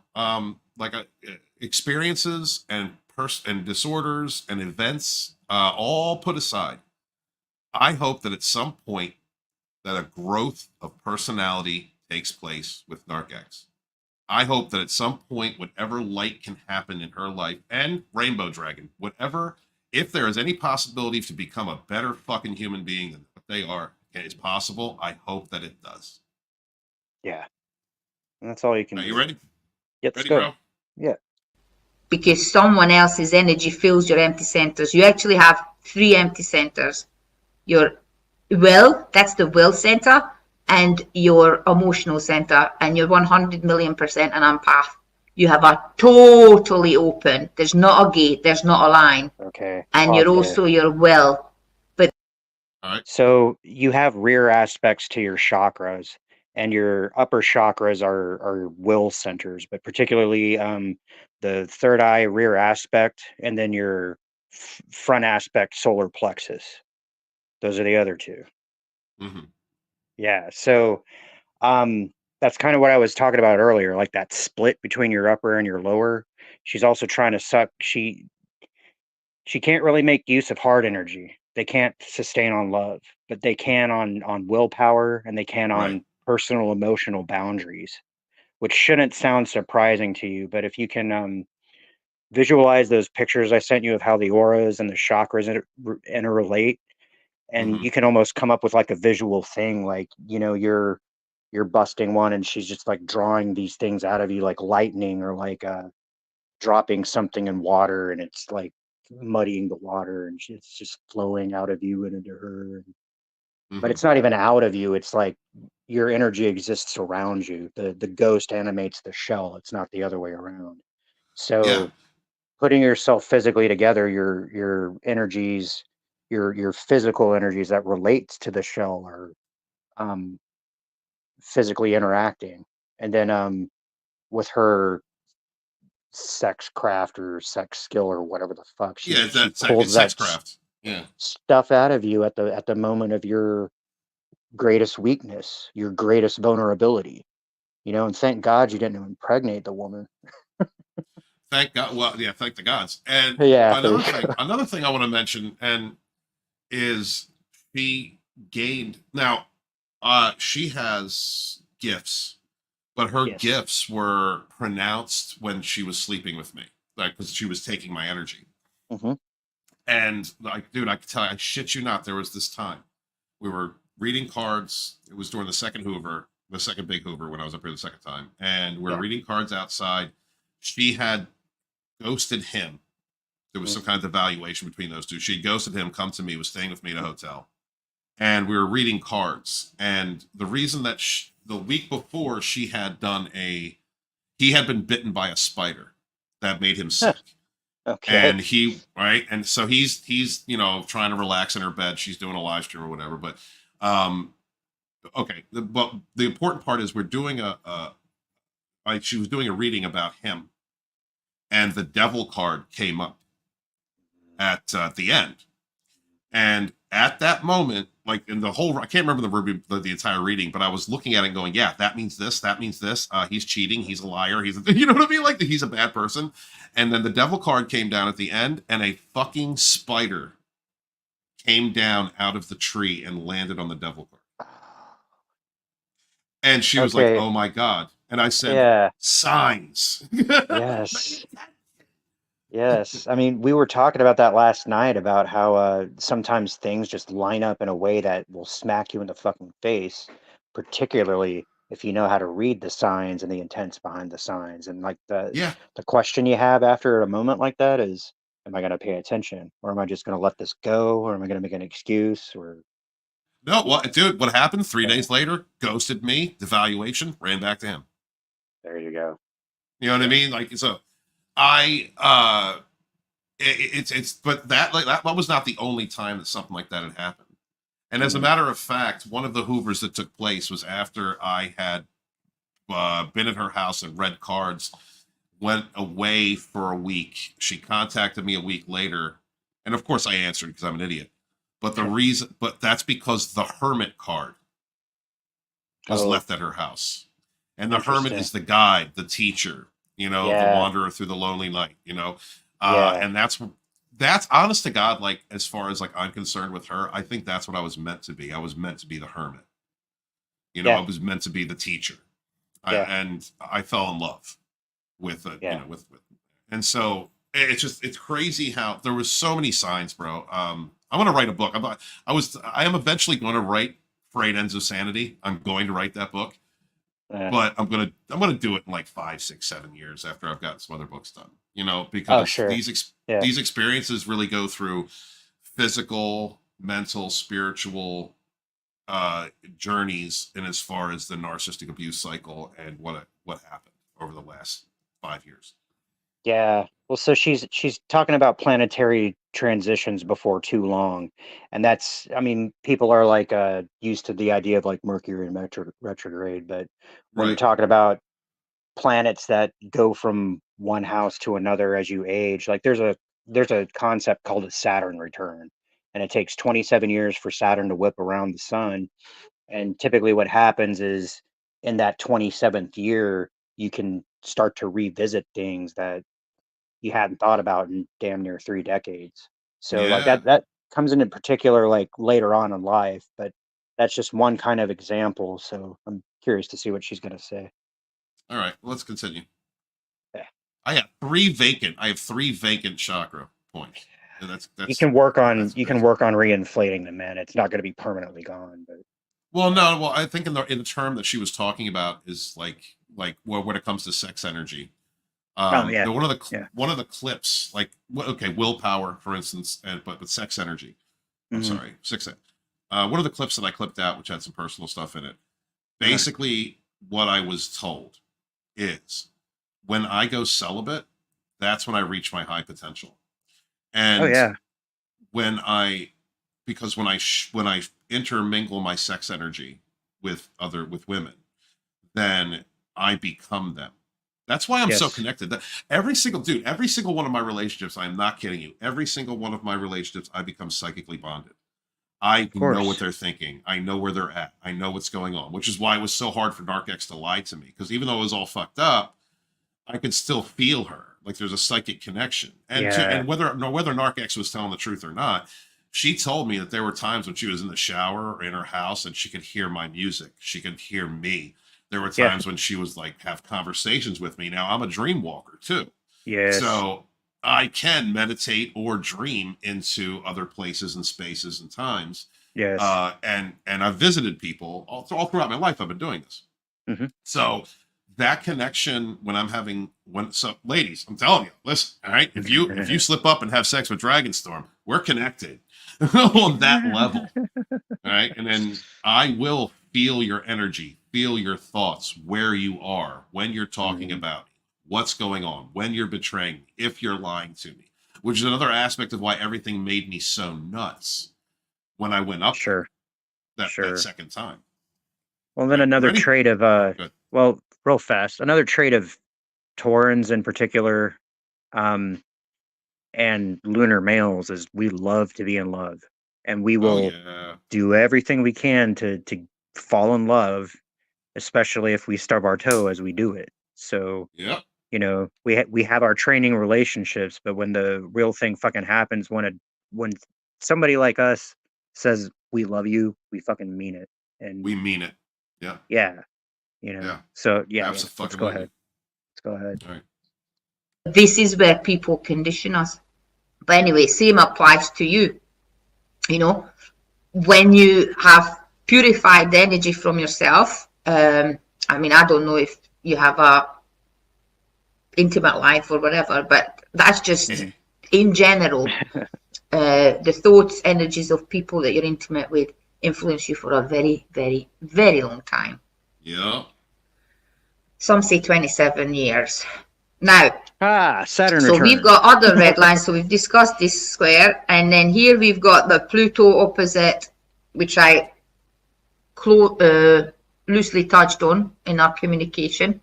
That's that triggering factor, you triggering other people. And your Pluto's retrograde like mine. So that Pluto is not operating how Pluto would in Libra. Right? A straightforward Pluto in Libra would be fucking shit up. I don't know how else to say it, but Love fifth that. house, which is like play, kids, romance, sex. Yeah, but it's not like long term. It's not like relationship or deep intimacy. Eighth house is the deep intimacy, the Scorpio house, right? When people merge. This is the Dragonstorm can have casual sex, yes. light-hearted, fun one. It's almost like affairs, flings, friends with benefits, all that kind of nonsense. Right? But you have Pluto there, and a straightforward Pluto would like revolutionize it. It would openly be like, right, shit's not working, it needs changed, and outwardly. But a retrograde Pluto is not in its energy. We are currently in retrograde Pluto, so I don't know if you feel the energy, how it's changed from when it was forward moving a few months back. Like almost progression was happening in Aquarius. When it's retrograde, it's almost doesn't know what it's doing. It's revisiting things. So for us, retrograde Pluto, Libra people, we know what's wrong in the relationship, but we can't exert that. We can't get people to respect us or even listen to us because they like project, right? So you trigger them by your intensity, let's say in relationships, and then anger or I mean, an Aries Mars can have serious anger outbursts, and then it rubs up certain people the wrong way, just like you rub up people the wrong way. But we only rub people up the wrong way who are not sorted their internal or whatever out, right? And obviously you've got that one line, like I've got the one line, and you don't have a sacral. I don't have a sacral. So we can develop what's called a sacral addiction. You must feel buzzing around some people. Some people call that chemistry, but that's you sensing their sacral energy. You come to life, you feel, and then like, I like to be around this person, but I don't know why. It's because you're harnessing their sacral. But if their energy is not the right energy, then you're harnessing the wrong energy. It's like, you know, when you leave your phone over on the charger for too long, and the battery weakens because it's overcharged. That's what sacral people's energy do to us. So what we say is that Pluto, we've discussed that. Moon is opposing, where is Moon going? Chiron. No, the South Node. Let me see.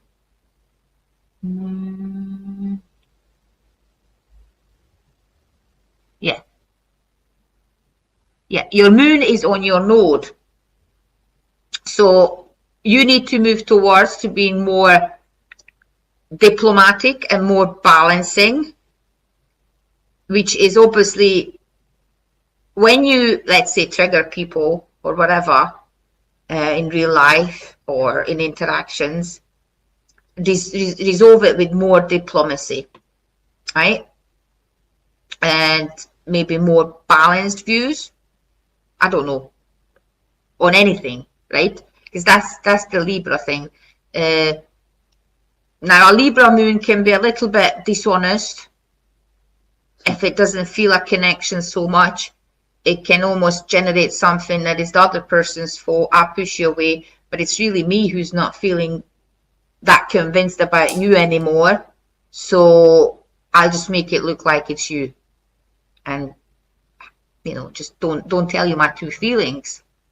Yeah, right. Sabotage. You know, Yeah. and I have been dealing with that for my entire life.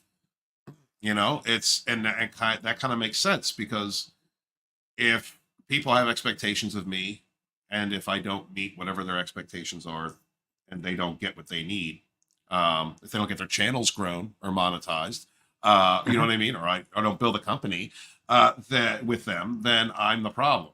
And then that's where the smear campaigns come from. Steve's really a piece of trash, and that's where all that comes from. Because, and again, that comes down to me accepting toxic people into my life, not recognizing red flags, thinking that, you know, everyone's being honest and not listening to my intuition, or just letting things go because, well, they were hurt, or, you know, someone so let them down, but it'll be different with us. Like, no, it's not. It's not. People show you who they are, and trust your intuition. Yeah. There are people out there who just want to use you, that are not your friend. And if they want to use you or manipulate you, and you do not follow through and do what they want, then you're the biggest piece of shit on the planet. Yeah. Well, in particular, as we're working out aspects of our personality, we'll create the same sort of people over and over again in our lives until we're ready to Until we be learn the done with lesson. it. Yeah. Right. So we learned the lesson. Yeah. And I did that. And I recognized that going back in my relationships over and over and over again. The ones that I fell hard for were the ones who would let me down. They were the ones who were guaranteed not to value what I brought to the table, or to, you know, to do me dirt. And so I have to change that. I have to work, you know, and I've been, I change, you know, dude, I can tell you, I've sussed out 2 different narcs who have tried to hit on me in the last like month and a half. You know, I sussed them out immediately. No, goodbye. You know, so I'm not dealing with you. Yeah, well, and that idea with dealing with things with more diplomacy than you used to, I think that's a very important thing that she's Yes, stressing. Yeah. absolutely. Because for a while there, especially in the last couple of years, I was hyper defensive. And so now I don't always respond, you know, like there's been a couple, okay. I need to be broad. There have been a couple people in the last several months who have tried to put me in a negative position or trigger me. Mm-hmm. And I have just moved myself with grace, either removed myself from that energy, not bothered to respond, did not react to the situation, and just moved away. Yeah. And that has brought me more peace than anything else. Yeah. It's time to be more Jedi. Yeah, be more Jedi. Yeah. I have Neptune in Sagittarius as well. Sagittarius is the teacher, the archer. It always travels, always on the go. It's humanity. So it's in the Aries degree for you, 15. I've got my Saturn in Gemini at 15 degrees. So 15 degree is a Gemini degree, right? So you've got Sagittarius with Aries energy. So it's a bit of a cardinal leadership energy, but also communication. So your vision for humanity is a little bit utopian. You do believe that everyone's inherently good and we're all God's children. Yep. And you communicate that, right? So the opposite of that would be 15 degrees. But actually, it's drawing an opposition to your Black Moon Lilith and all that. Like, that's really your Black Moon Lilith. So you've got Black Moon Lilith. There's 3 Liliths. That's the dark feminine. And you have feminine in you just as much as me, but it's different. A yin and yang, feminine, masculine, okay? Lunar man. So you have a little bit of a hang up around your identity, the self. Your energy comes in peaks and troughs, right? So you've got a boost and then down. And probably you had wounds around that. You're probably sensitive around that if someone says, oh, you're lazy, or you're this, or you're that, right? Because they don't understand. They come at you from their lens, right? And that's the wounded feminine. So you could be a bit sensitive around if anyone makes that kind of criticism at you. Yeah. And that's opposing that Neptune. So it's like, hang on a minute, I presume the best about humanity, and I give everybody the benefit of the doubt, and they come at me and attack me. But we do get that. Yep. 5-1 heretic. People make you the scapegoat. Pluto opposite Venus, Mars. They'll be like projecting their shit on you left, right, and center. So that's where knowing the energy and being super solid. I mean, that 29-27 Taurus rising is a beautiful placement, because I've arrived to that self-knowledge, level of self-knowledge, that like the art of not giving a fuck. Like, Yes. so you can't argue with the wall, right? So then you don't have a lot of Capricorn placements. Your 8th house is Sagittarius. Actually, that's nice to have an empty 8th house. Your Eros, which is your sexuality, sort of like what you find attractive, falls into your 8th house. So it's Capricorn. You find probably structure in people attractive because obviously Taurus is grounded, solid. So, and Vega. So I think, and then your North Node. Oh, that's fascinating. I'm going to tell you your star. Your fixed star is Arcturus. Arcturus embodies the spirit of inspiration and fame, with success often coming through travel. And Arcturus was one of the 22 races, by the way. Oh, really? Yeah, I just wanted to put that out there real fast. Okay. Star. Your fixed star is Arcturus. Arcturus embodies the spirit of inspiration and fame, with success often coming through travel and diligent work. This star highlights the connection between creativity, recognition, and the pursuit of one's endeavors. The encouraging message from Arcturus is the value of perseverance in the pursuit of one's passions, emphasizing that genuine inspiration and hard work can lead to lasting success and fulfillment. So remember here what we were talking about. Your mission in this life is to achieve your North Node, which is being more balanced, open, diplomatic, understanding, but you'll do that through your mastering this Saturn, which is really truly give way to your inspirational ideas, right? If you look here, learning the value of self-love, appreciation and admiration for yourself will lead to others feeling the same about you. When you do not meet your expectations, you tend to be very hard on yourself. Within this placement, you may feel blocked occasionally in accessing your full personality or creativity. Your desire is to see your potential personality blossom fully in the achievement of your goals and aspirations. You want to express yourself, and Saturn is giving you this lesson that you do have to work for it. With patience and self-love, you will have better acceptance of your creative life journey. So I think what you're doing on your TikTok is very much going towards that. But maybe, I don't know how the formula or whatever, do you know what I mean? It's like, because when we've come out of a narcissistic relationship, there's only so much we can talk about it before it becomes, we feel stagnant and trapped. And it's like, hang on a minute, I've healed, but I'm still talking about this because this is what made me famous on TikTok. So that's what people know about me. And if I change my style, then what do I do? Right? So that's that. Do I change the style? Do I stick with the tried and tested? And it's like, no, fuck it, you know, just mix it up. Really, I'm sure you've got great ideas how you could take it further. Yeah. So 9th house, Capricorn, nothing much to mention. 10th house, you've got a Pisces career. 7, Libra degree, right? So again, your midheaven is again taking care of the underdog. Sorry, it's Aquarius, not Pisces, but humanity, right?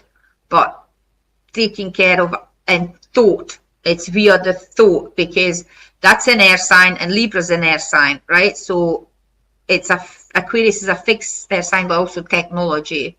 So social media is very much Aquarius, and you've got in a true Aquarian degree, but 7 is Libra. So you present a very balanced view of things. You talk on a lot of things with balance, looking at your posts. Okay. Persephone, 1 degree, that's an Aries degree. That's where people can almost abuse you. So you said you've got a weakness for Aries. So a 1 degree is an Aries degree. 147 is nearly Taurus, but I tend not to round it up. I tend to look at it that way. So I wouldn't be surprised if maybe you had, with this Aries, Mars and Venus attracted, definitely Aries woman, and then they maybe been too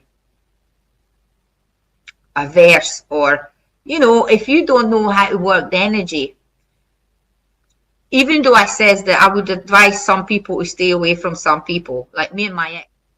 So you see Saturn is retrograde in Pisces. And first, when like in each retrograde, planets go retrograde very, very often. The big ones as well. Mercury goes retrograde three times a year, every year. Only Sun and Moon doesn't go retrograde. So Saturn goes forward. That's when you're a little bit oblivious of what's happening, but you get indications of, like, you do stuff and like, should I really be doing this? And Saturn gives you an opportunity of like to back out. But if you go ahead and do it, when Saturn goes retrograde, when it whoops your ass, like big time. So second Saturn retrograde is when people get big life lessons. I mean, first is when you're around 30. So you get big lessons, and if you don't learn those lessons, the exact same thing will play out the second. Yep. And you done it yourself. Nathan's mom, Narcissist. So, yeah, I mean, I don't see anything dramatic in your chart. Most dramatic is probably this Uranus on your Lilith. So what I told you about your sensitivities and self-expression and how other people view you, because that's your rising, that's your outworld identity, how people see you, how you show up in the world. As I says, I could tell from just your face, your hair, your beard, that you're a Taurus. So that Uranus is kind of giving you kind of almost like, maybe you even reinvent yourself how you look, right? A makeover. And yeah, and then the same Mars went over there, so kind of almost some kind of internal urge to reinvent yourself could have author Stephen Walton, the Dragonstorm, came up for you. So that's your natal chart. And nice blues are lovely. You've got a beautiful fire trine. That is an absolutely stunning aspect. You've got the fire is passion, it's ignition. You know, obviously you've got the cardinal, the fixed, and the mutable all working together. These fire energies are different. That's the spark, the divine spark. Leo is a steady fire, fixed, steady, you know, eternal flame or whatever. And Sagittarius is the wildflower, wildfire. They can be very mouthy, right? Mars is the guy energy, right? So you've got the guy and the female, Mars, Venus, and Aries. So your masculine and feminine are both fiery warrior type. That's very powerful. You can really harness that. That's a very motivation. So your thing is to motivate people to improve, to do things, to, you know, you can motivate people to do anything. And then the passion, they go behind you. That's that manifesting. The leader, right? The leader, the kings, the pharaohs. So I discussed the possible poly or multiple love. Yeah. Because Sagittarius is mutable, right? So that Neptune can your intellect, their intellect, their intellect, their intellect, whatever, right? And then to Pluto. And that Pluto trines your Black Moon Lilith, the dark feminine. Dark feminine likes to play, right? So obviously you've got a solid social media appearance. You probably get ladies in your inbox and all that. It's easy, right? But Pluto sextile in Saturn, it could mean that you have a nice, healthy self-control, I would say. Because Leos are very loyal. Yes. Leos are very loyal. And that also sextiles. So remember, we were talking with the red, the seesaw, the tension, the one or the other, balanced by the middle planet. If you've got the blues, which is 120 degrees, 60 degrees, 60 degrees, that means the energy flow is supportive. Because everything, energy 369. So everything that degrees is 30 degrees, 60 degrees is good. 90 degrees are the squares, right? So that's a different energy. So we said the Saturn supports this fiery masculine feminine energy in you, right? Because Leo is self-expression. And again, these two fiery self-expression and sexuality, lifestyle also supports the dark moon Lilith. So yeah, it's quite interesting chart. I like it. And then we can do more on this one, but I'm a bit exhausted just now. So call it a day. Hope you. Yeah, that's it. That's wonderful, dude. Very insightful, and once again, very talented. We need to throw her link out and get her some more business, dude. It is in the chat, guys. Please check out Timea. Check out her TikTok. And thank you so much, sweetheart, for doing this for me. Yeah, man. If I didn't believe in astrology before, holy shit. We had conversations, dude, but they weren't in depth. Oh, I know. Like I said, you have to be. You can be casually into this thing, or you could devote your whole life and kind of do like you were saying, the druids and the and get super good and super into it. But to find somebody passionate and accurate and not just a complete lunatic too, because some people with unbalanced personalities tend to be attracted to the metaphysical, and I think it's just because their higher energies are trying to be pulled off the earth without being, grounded at all. There she is. There she is. Is she in the chat? Yeah, I just put Nice her up to on meet screen. you. Nice to meet you, sweetie. I'd be very interested in speaking with you at some point. You're spot on. Nothing but good shit to say. Yeah, like I said, if I didn't believe in it before, which I did, but that was incredible and on point. It was on point on so many things. Yeah. No wonder I'm a goddess worshiper, right? Oh, sure. Well, and to also be able to be willing to share this part of you, it would be easy to just hide behind the coach name tag, but this really humanizes you in a lot of very meaningful ways. Thank you, man. Well, like I said, I've been into reading natal charts since I was a teenager, and I'm not near as good as Teeny is, but one of the things, if you're into natal charts, one of the things you'll ask people you're interested in is oh, what's your, where were you born and what time and blah blah blah. And there's websites where you can go and it'll talk about how good of a match you'll end up being and all, and that's kind of like stars in the eyes thing, but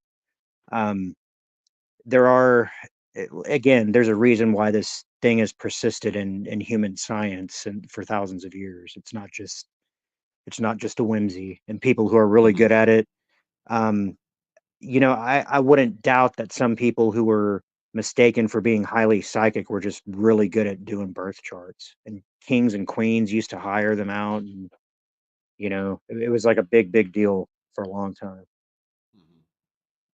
Absolutely. And it's a science. It's a part of the sciences. I don't separate what academic sciences from spiritual science. It's all relative. It is all connected.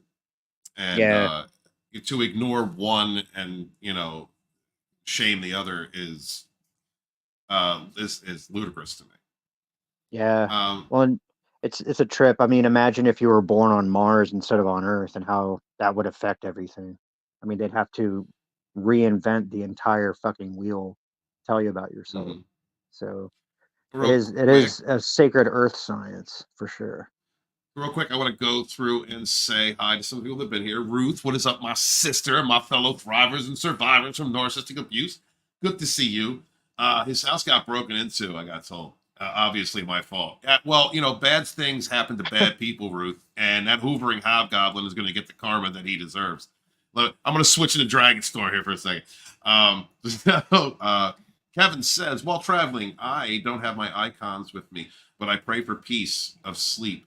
Must stay narc free in the dream realm. Absolutely, Kevin. Amen, brother. And those artifacts mean something. If you put every symbology throughout time that has had people put intention into it generates an intergeneral wave that exists throughout time and space. Time is a makeup of us. We made time. But it always exists. It is there. So whatever symbol you carry, saint, God, goddess, whatever it is that you hold with you, that has power. And belief is, like I say when I'm casting, magic is 90% imagination and 10% willpower. Because your mind, what is connected to your body and your mind connects to spirit and generates that frequency. What is up to Jessica out there? What's up, Jessica? Good to see you, sweetheart. I think she said something. I'm going to catch up in a minute. Deborah's out there, the Dragonstorm secretary. Good to see you, sweetheart. Thank you very much. Beth, you deserve this. I'm sorry. Give me a moment. You gotta give me a moment. Hi, Beth. How you doing, my toxic boo? Did you just read my birth chart? Did you just figure out all the different ways in which you can now abuse me in all the ways that I like? I am expecting to be devalued in an extra special way. I'm talking down at me. I want you to step on my nuts while you're devaluing me, Beth. All right, this is very important. It's very important. All right, and like grind the front of your stiletto, like, you know what I mean, before you kick it with the back. I appreciate you, Beth. Good to see you, sweetheart. My toxic boo, my twin train wreck. Good to see you, sweetheart. Thank you so much for being here. It's been all accounts. Kevin, Ruth, Tim, Timea, Jillian out there. It was very impressive. It was wonderful. And let's see, am I missing anybody else? No, but I think Jessica had something. Here we go. Jessica says, at this moment, my psycho is blaming me for driving him crazy with hatred and anger because it was my fault for his hatred and ignoring him. The thing about a hobgoblin, all right, is that everything is your fault, Jessica. Everything has been your fault, and they take no accountability. Nothing is their problem. All right, it's all you, boo. Okay, and if you, God forbid, you ignore a toxic person. God forbid you step away from somebody who's doing you dirt and treating you and being mean to you, because how dare you? Listen, understand, Jessica. You are not a being. You are not a person. You are a thing. You are an it. You are an object. And when they lose control of you, you're being reckless. Okay, so you did absolutely cause that hoovering hobgoblin to go crazy with anger. You are the trigger for his insecure, preteen-like toxic fifis. And you have to accept that, honey. You have to accept that. Imagine the power that you have over that evil creature. Right. Just imagine the strength that you have, that we all have, over people who have no lives and live through destroying others and lying and manipulating and devaluing. That they have to blame you for everything. Okay, hon? So just accept it for what it is. I love you, Jessica. These are the kind of people that when you die, they make it about them. When you die, he's gone. I'm so personally affected, but I'm sure he's in a good place now, and he can't really hurt anybody anymore. Oh, she's from Hungary. Timea's from Hungary. Oh, okay. I didn't know that. Okay. Well, Timea, I might be hungry for you. All right. You remember what my sex thing said. All right. Just understand. All right. I need to give her something to read and record and keep personal for me at night. The red light does not mean, it means it's off. The red light means it's off. It's not recording. Man. CJ said Aries is a fire sign, right? Whenever I'm manic or angry, my mind always feels like it's on fire. Yeah. It's a fire sign. Yeah, Aries. Calm that shit down. Yeah. I'd be interested to see your chart, CJ. I'd be interested to see your chart. The triangles and trines would probably like form a picture of a person punching his own dick. I think that yeah, I think so. I love you, brother. So I mean, it was overall. I mean, what did you think there, Alex? Very informative.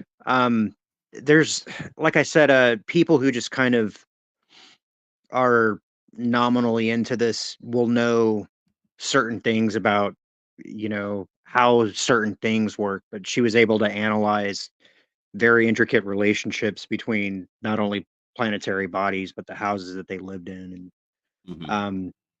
truly, what she gave you, just even in the truncated form, is worth hundreds of dollars, dude. Um, so she knows her shit, and I'm very extremely impressed. Beautiful, beautiful. Yeah. So I've been told there's a lot of celibacy in the chat. Timea said she's celibate, and I understand. I understand. Just one dinner. That's all I'm saying. One dinner, and you will throw that word out. And Jessica, you have as soon as a mortal coil steps in the same room with you. It's going down. I don't Yeah. think. I don't know. I don't know, Jessica. I don't know. The Trainwreck Express harem is a real thing. The train wreck express. Yes, and just in case, I want to thank the Dragonstorm harem for being here, and I appreciate every last one of you. And the Trainwreck Express itself will come through. 2 damaged fucks traveling the world, convincing you of your worth, teaching you the middle finger boundary, the art of savage spirituality. We are going to be filling souls and stuffing holes. All right, so thank you so much. Appreciate that. I miss doing these shows with you, man. I do too, brother. I've been living in the woods for a little while, so it's been a day. So you have to understand. So Timea, the whole Dragonstorm harem idea is like you hear the narcissist harem, right? The narcissist is like it's a spoof on that. Narcissist harem is like all their side pieces, all the people they triangulate and whatnot. And the women in this chat in the Dragonstorm community are some savage bitches. All right, they unique are not ladies. taking shit. They are unique. Yeah, they're not taking shit. All right, they're educated. And that's why I ask them to talk down to me occasionally. And they act up every now and again. Like, don't think like this chat. I'm sure you've seen it. We didn't get to pay attention to the chat. They act up. So if that's your type, Oh yeah, there's a home for you here. there's a home here. Hold on. Beth said something. Beth says, I hope Steve doesn't try and figure mine out. Honey, if I look at your demonically ravaged birth chart, I am very sure that I will become so scared, like paralyzing fear, that I will get the biggest fear erection that I've ever had in my life. I think that I will have no choice but to find you. I'm going to have to hoover you. Okay. I'm going to have to stalk you. And then, and then get beat down by you. Like, I understand. And I'll willingly do it. You can tie me up and everything. All right. No pegging. Nothing goes up Dragonstorm's ass though. All right. So we're not doing that. That's where we draw the line. This dragon is not rainbow. We stop it right there. Right.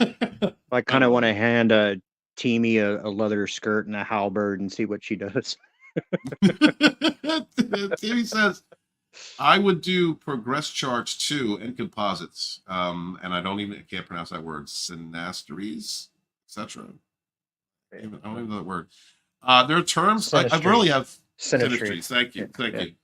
I had a lot of when we first started talking, hon, I didn't, like I said, it was terminologies. There were expressions they were using, and I did not know. And I enjoy meeting people that I can learn from, especially when it comes to evolving my spiritual self.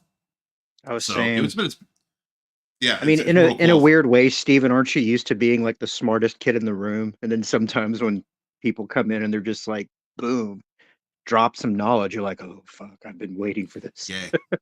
Yeah, dude. And I love that. I love learning.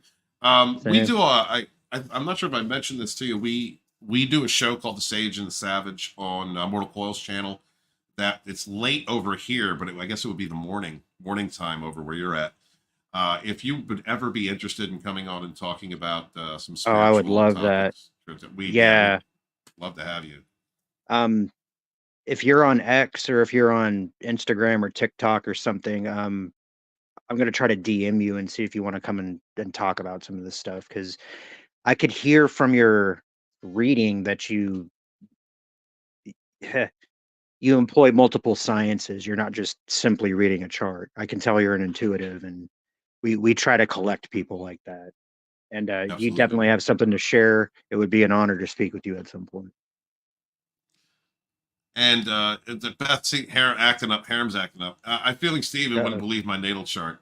Beth, our job as toxic lovers, all right, is to not believe a word that comes out of each other's mouths. All right, not a single thing that's presented, even with evidence, even with stone cold evidence. We should believe the other one's lying, and also back up each other's lies at the same time. All right, I'm just saying, Beth, our orgasms will cause mental illness in a 3-mile radius. Like everybody will spontaneously get some type of toxic illness. And it's what it is. That's who we are.